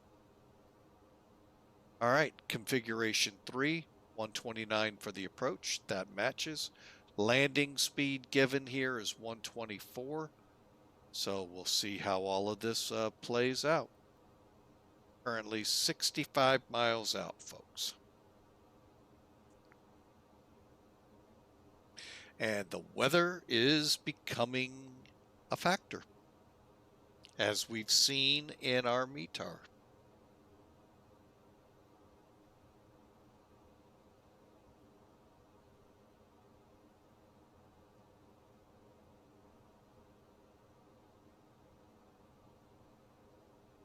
Let's take a look at that weather, shall we?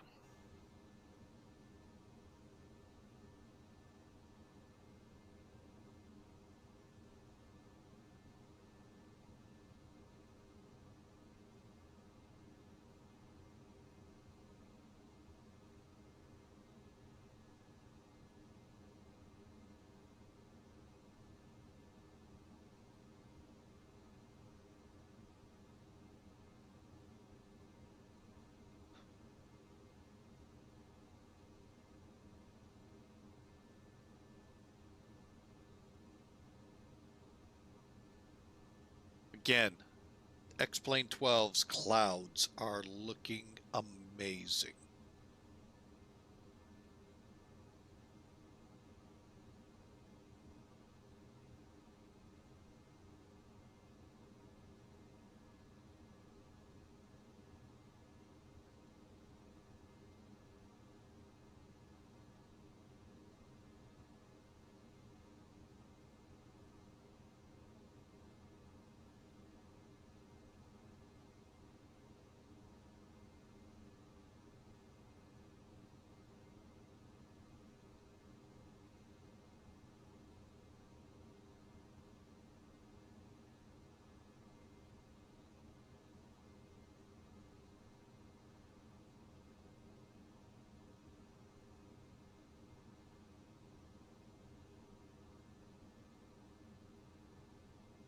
Just amazing.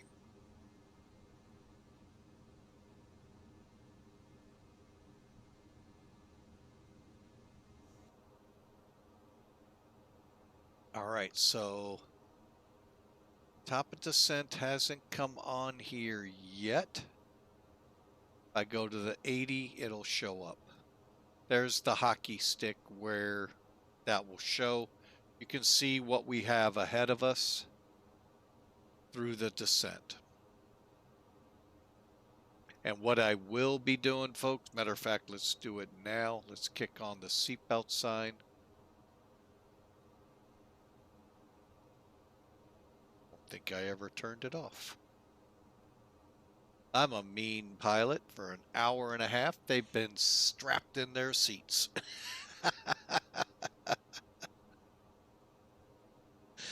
All right, folks, so we're about to start down.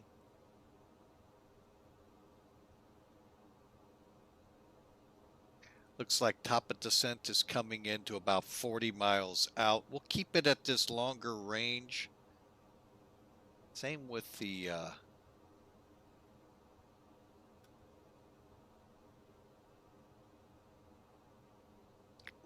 terrain radar, and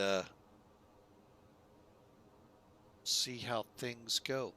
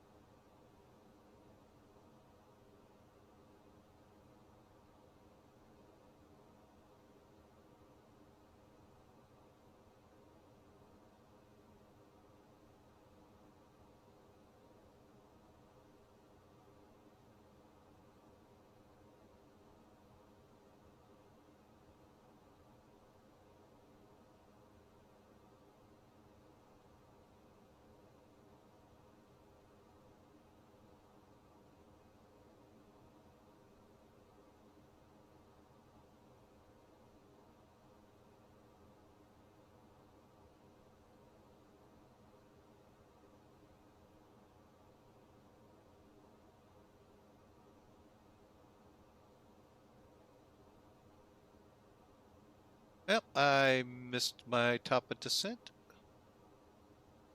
So here we go.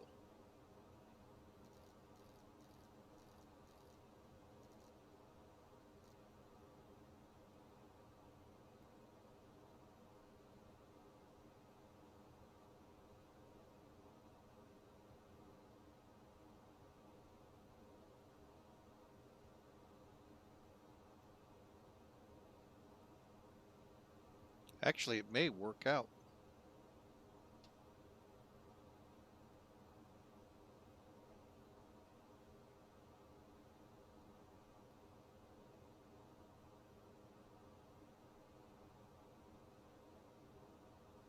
And the hawk is back.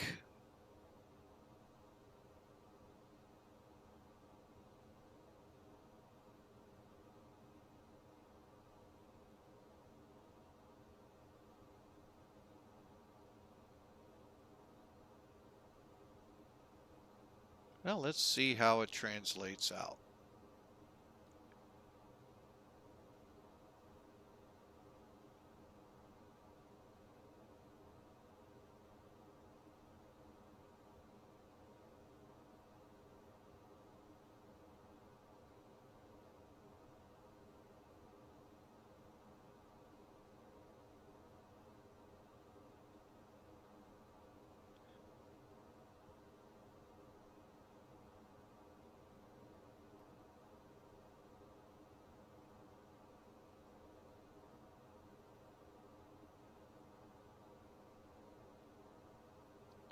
All right, let's see if we got some new weather here, folks.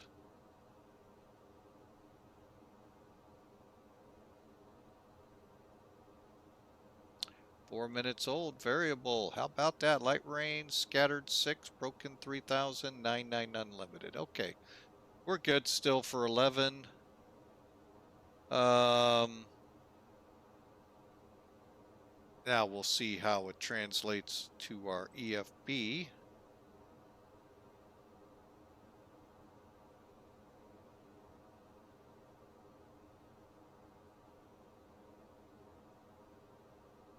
Nope, hasn't translated over there yet. Okay.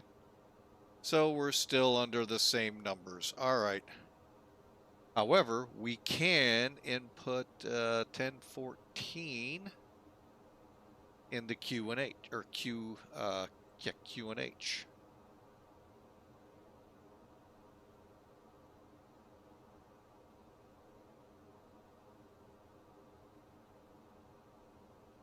Look at that. We're going to hit 6,000 right on the mark. Okay, let's go to the next phase. Update it to 10, 1. Whoop, whoop.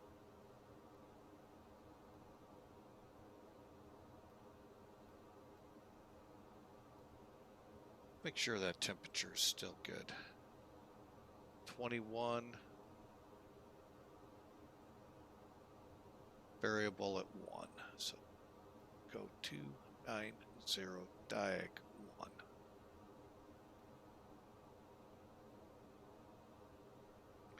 All right, so there we go, folks. That's been updated.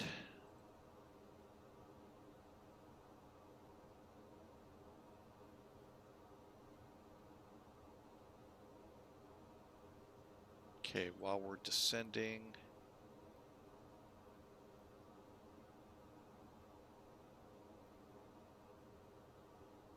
okay, winds have been updated.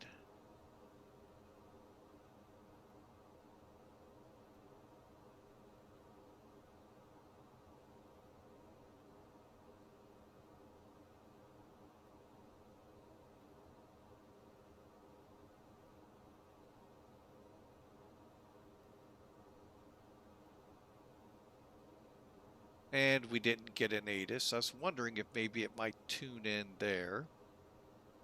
Let's try here.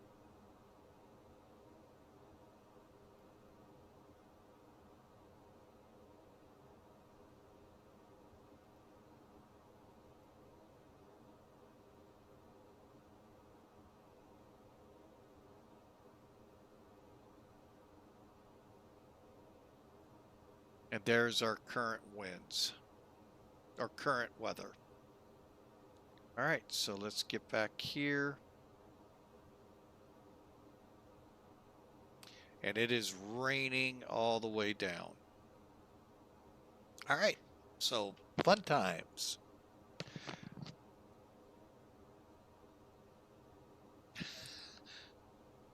All right, folks, if you're new to the channel, love for you to smash that follow button.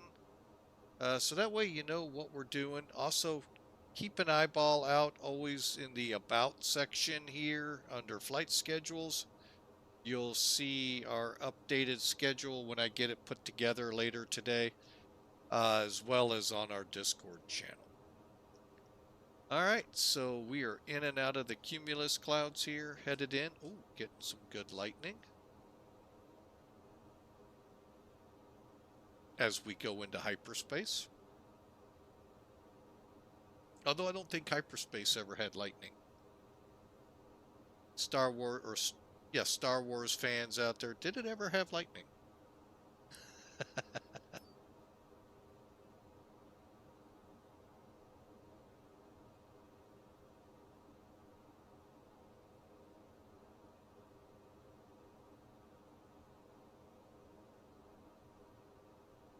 Trying to come out, folks.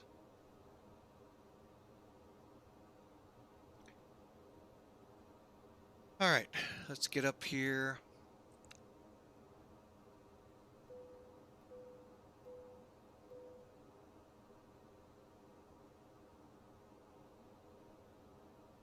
All right, we're about to come in for landing, folks. Actually, we're doing pretty good on this descent. Got a little late on it, but we'll be okay.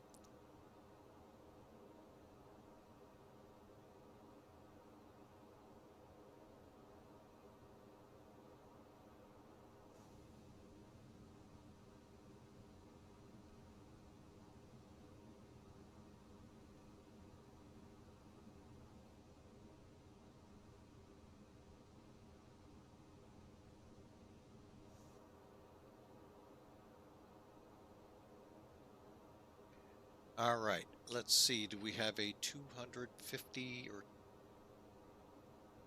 speed restriction anywhere along here? Nope, just BR 46 above 10,000 feet, max speed 220. That is actually, folks, 6,500 feet roughly above the ground.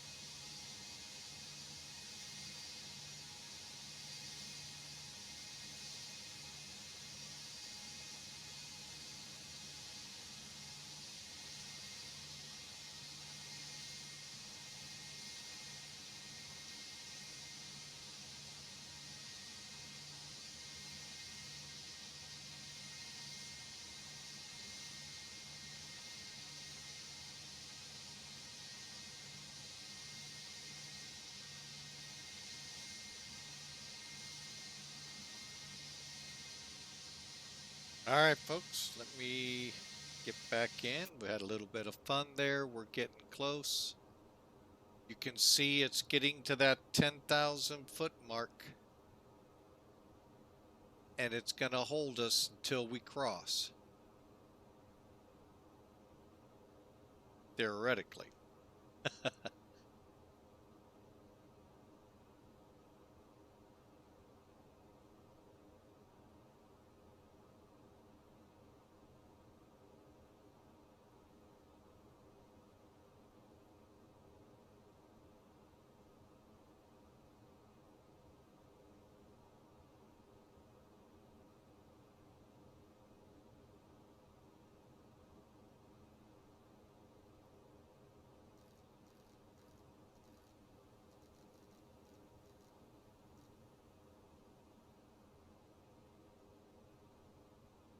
All right, let's get this beast slowed.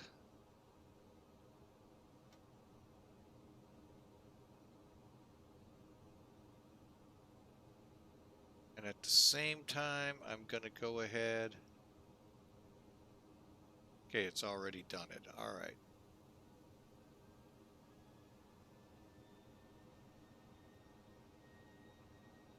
Okay, there's 220.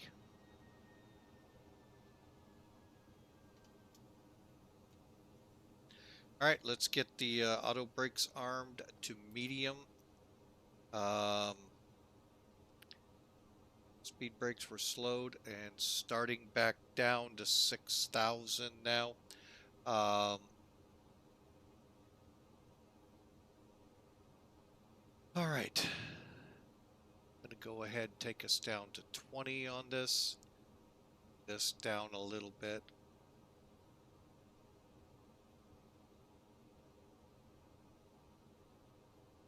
Okay, McDo Radnav check.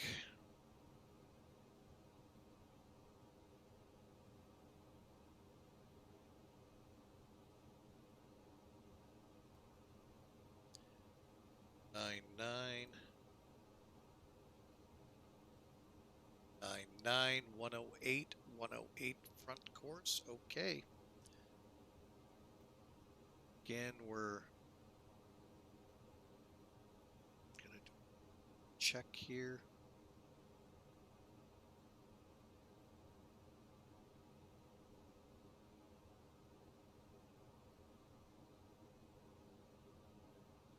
Still no change. Okay.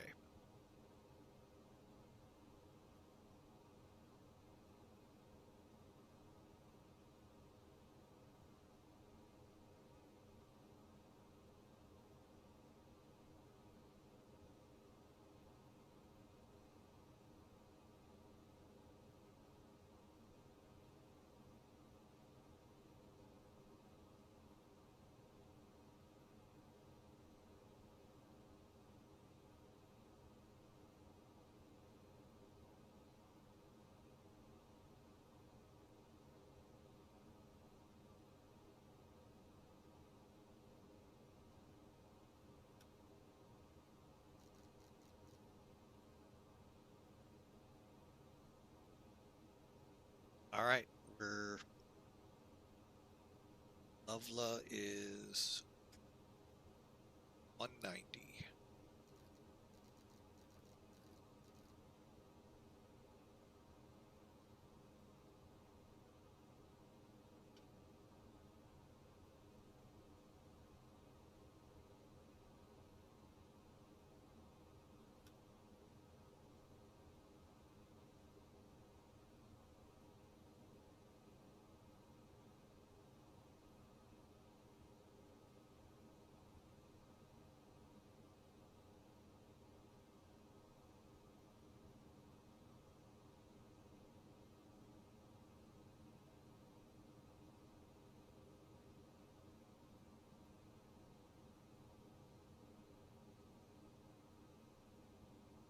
Ten 14.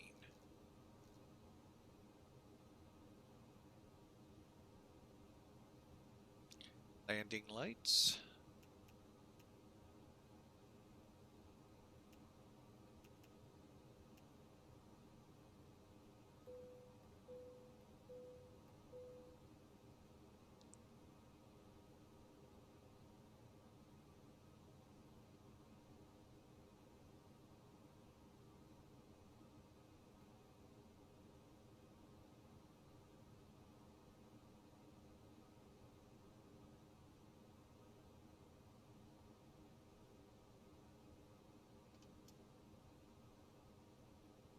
2,500.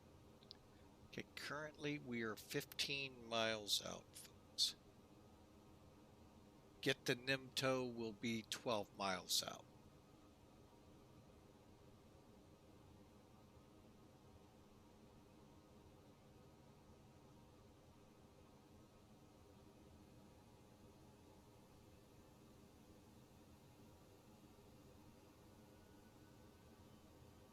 Again, folks, if you want to put a prediction in, it's exclamation mark, the exclamation mark, then the word predict, space, and a negative number. Still got a few more minutes / seconds.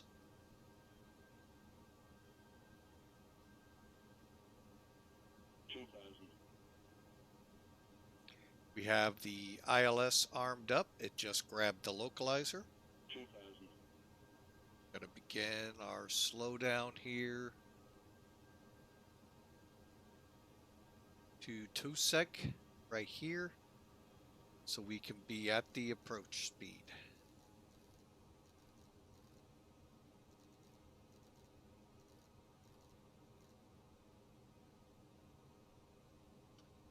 Flaps 2.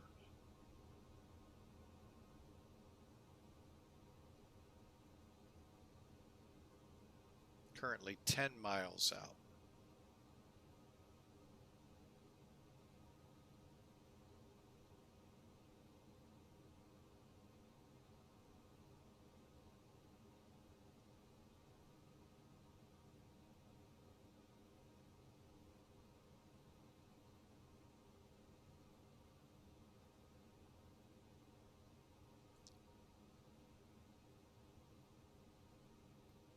In case we have to go auto land, we just engaged it.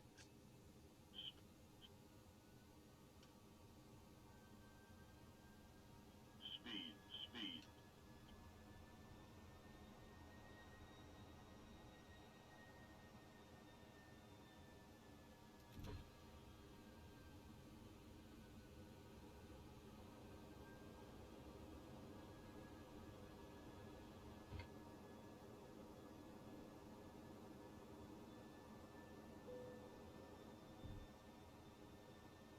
Okay, landing flaps full, spoilers armed, cabins ready, signs are on, gear down, read green, brake fan coming on.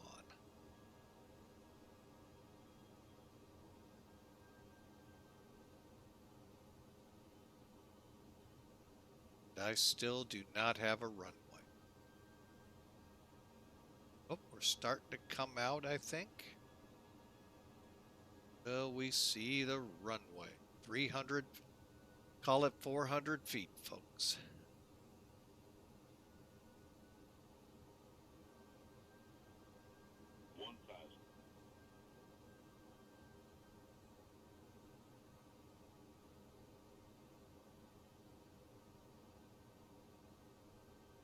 Okay.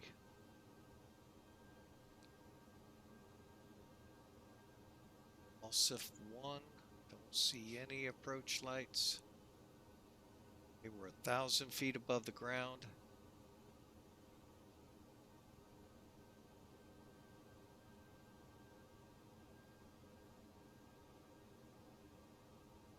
Go ahead and get my wiper on. Don't think it's going to do any good.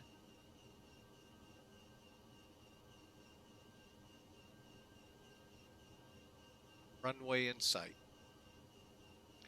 Brasilia traffic, TAM 14, approximately 4-mile final, runway in sight, gear down, full stop, 11 right.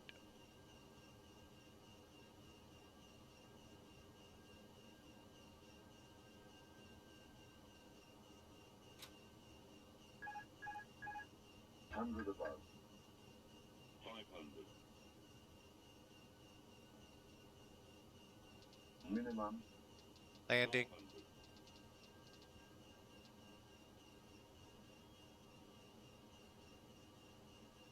300.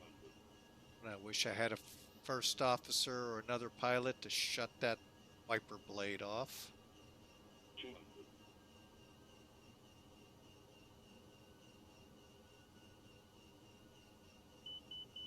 100.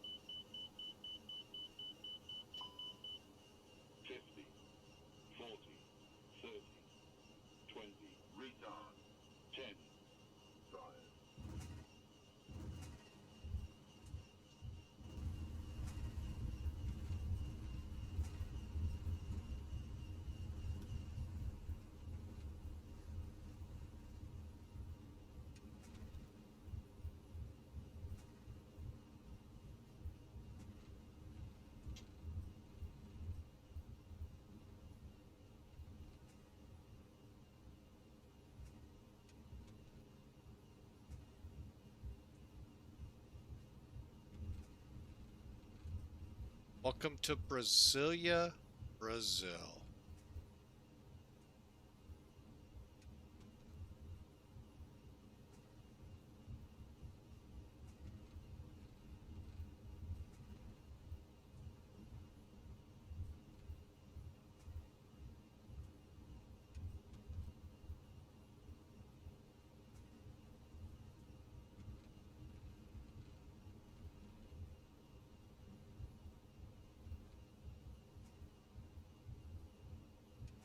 Brasília traffic, TAM 14 exiting at Echo Echo to the terminal.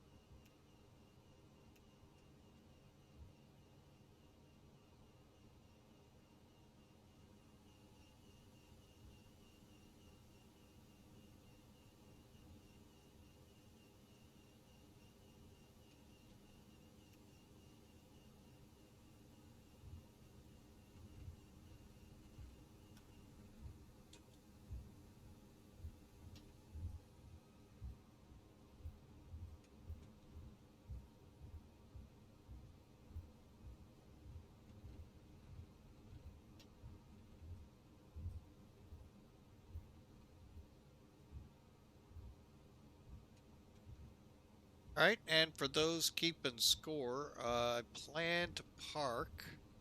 Got it written down. Gate 37, I believe it is. At one point, I did have that chart up.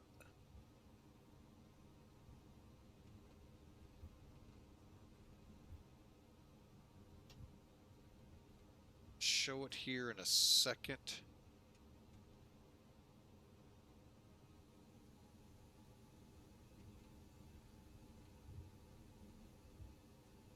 If you don't mind, I plan to aviate before I play with charts.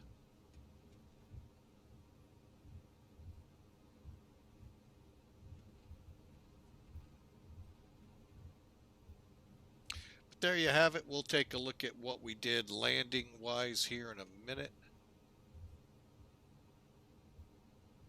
But you can see we're planning right about here, folks. Real world shows 38 with the jetway, but don't think we're going to get that lucky here.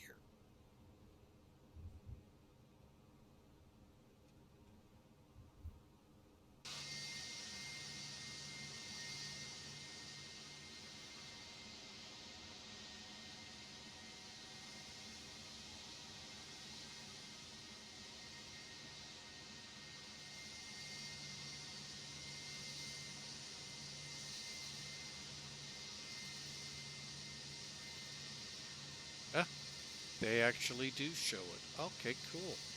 Well, we're going to go ahead and still turn in here.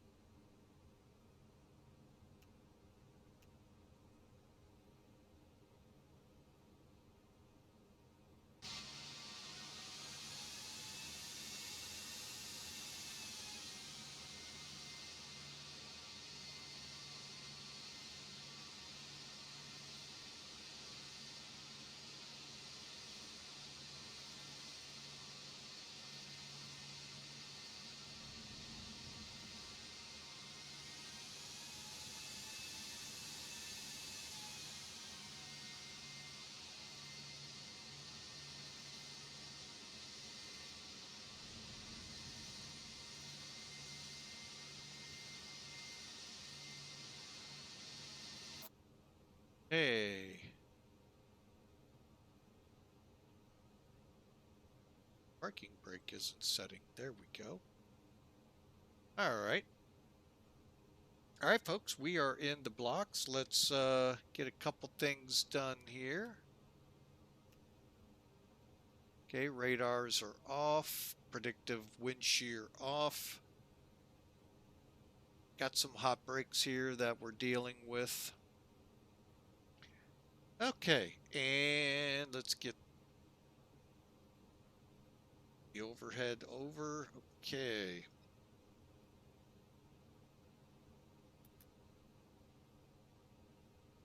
All right, folks, welcome to Brasília. We're going to try. Let's go ahead, get the APU. It's up and running, so let's go engine 1 off. Lead on. 2 off.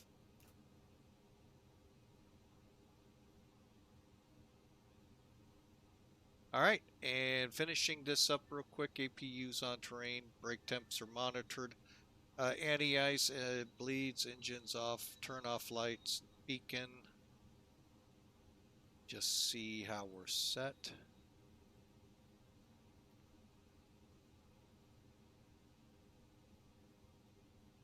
Okay.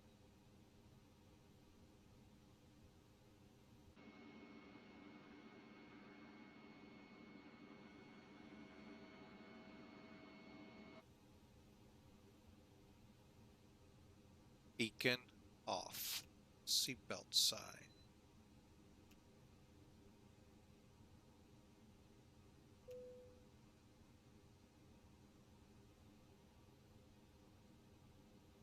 All right, and as we watch down here, you'll see the different crews start their little dance, if you will.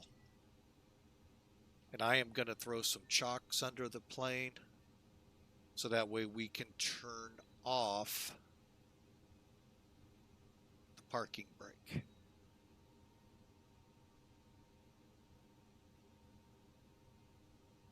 And that should help cool the brakes. Okay, you can see the dance has started. The first truck's up. Next will be this. Then the next baggage area. So, welcome again to Brasília. Let's go take a bet. Looks like Hawker won with a 288 foot per minute landing. We landed at 416 according to this. Okay. All right, we're going to let that all open up here.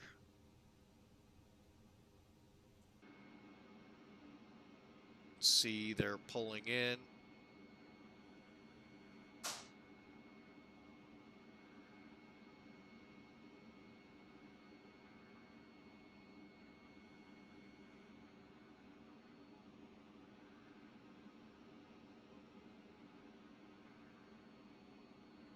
All right, we got all of that equipment up. Let's take a look at it, shall we? First thing. Mac Air recorded 217. I'll take those numbers. Actually felt like a good landing.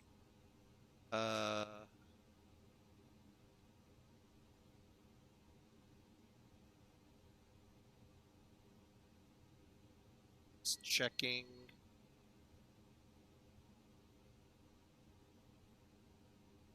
High reps and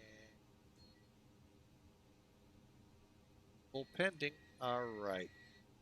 All right, so let's go ahead and get rid of that.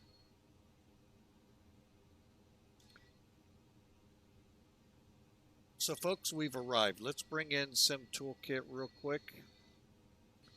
Good learning tool here, folks. I find it, and I could be wrong, I haven't used Volanta in a long time, but I find this one very intuitive. So here's our flight. Again, it says 416 on the landing. Here's the route we took. Here's some details to start with. It's an hour and just under 50 minutes, 500 miles, 4,100 kilograms of fuel. They're saying 416 at 1.5 Gs, 134. Little fast, Okay. That's actually odd. We're usually a little slow. So,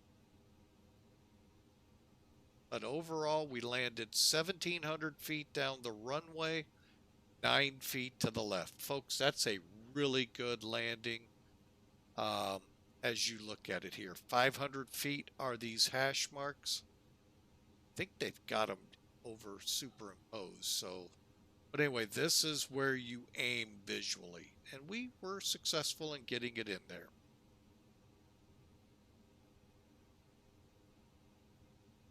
Rest of our numbers you can read out, they look really good, other than the 416 feet a minute, but I personally don't think it was that rough. Well, we're about to find out, hopefully. All right, so Sim Toolkit's away. The mice will play. Here, let's try something. Actually, let's do it when we get back. But we'll go ahead.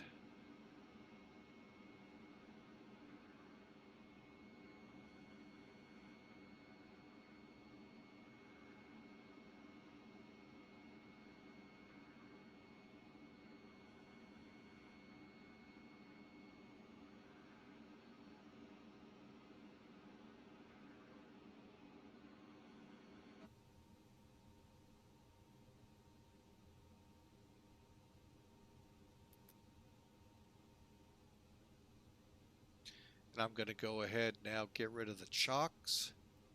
See if we can't get a rewind on this. Oh, get rid of the jetway.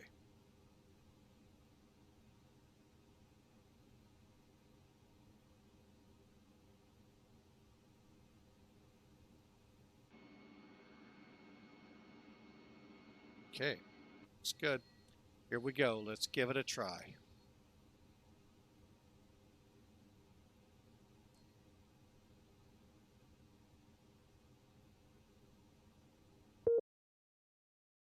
Yeah, I forgot again.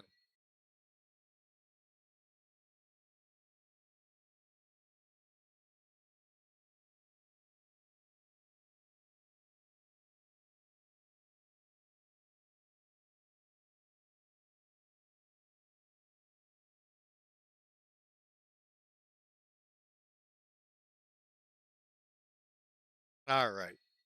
We'll start from here, get Maestro up with some decent music.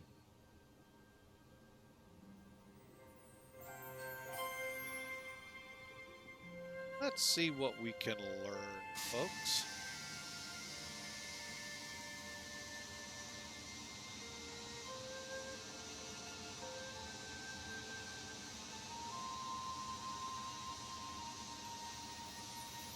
There's the runway lights.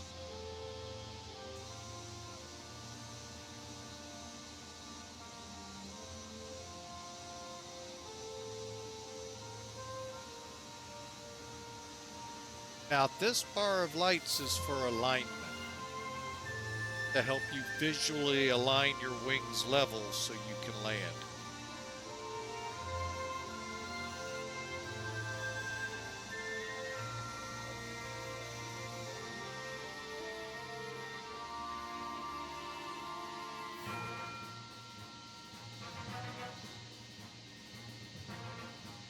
Okay, a little rough on the landing, but overall, folks, not bad.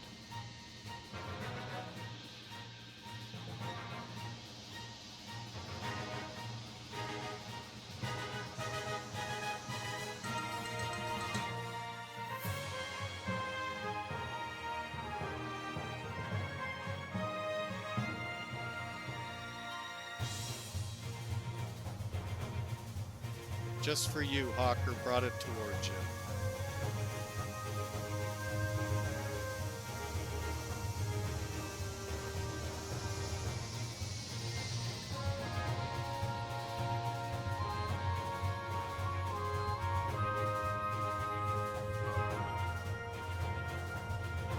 Watch that again.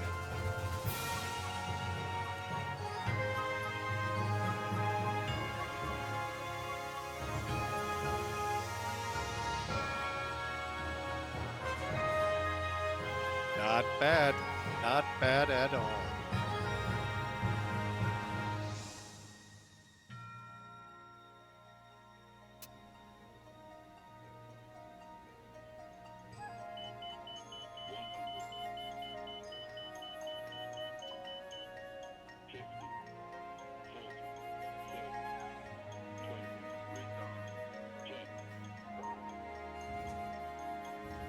Not bad at all.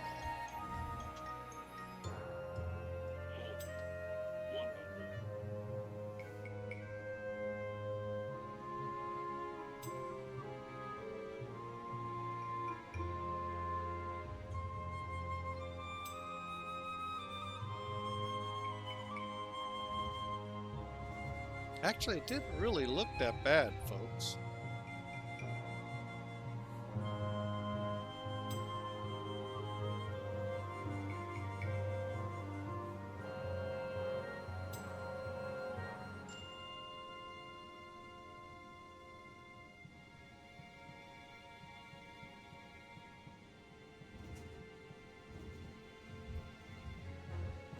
Well, welcome to Brazil. Wait a minute, we never left Brazil. Welcome to Brasilia. All right, folks, let's take a look from the tower.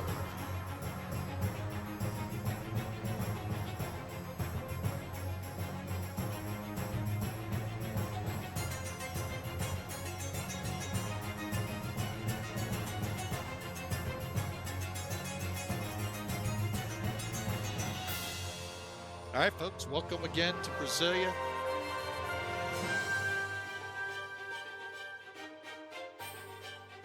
Yeah, that was, other than that little bit right there where she gets a little squirrely, but that's for some reason something with ToLiss. And I don't know what it is. But folks, welcome into Brasilia, Brazil.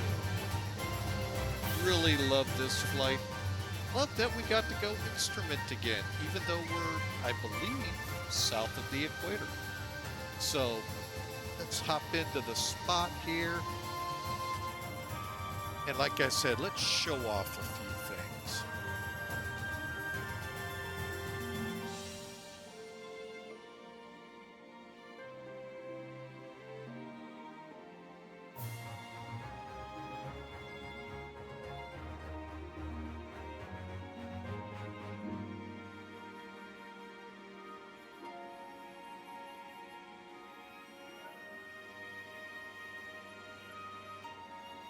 Pay attention to the loaders, or to the catering trucks.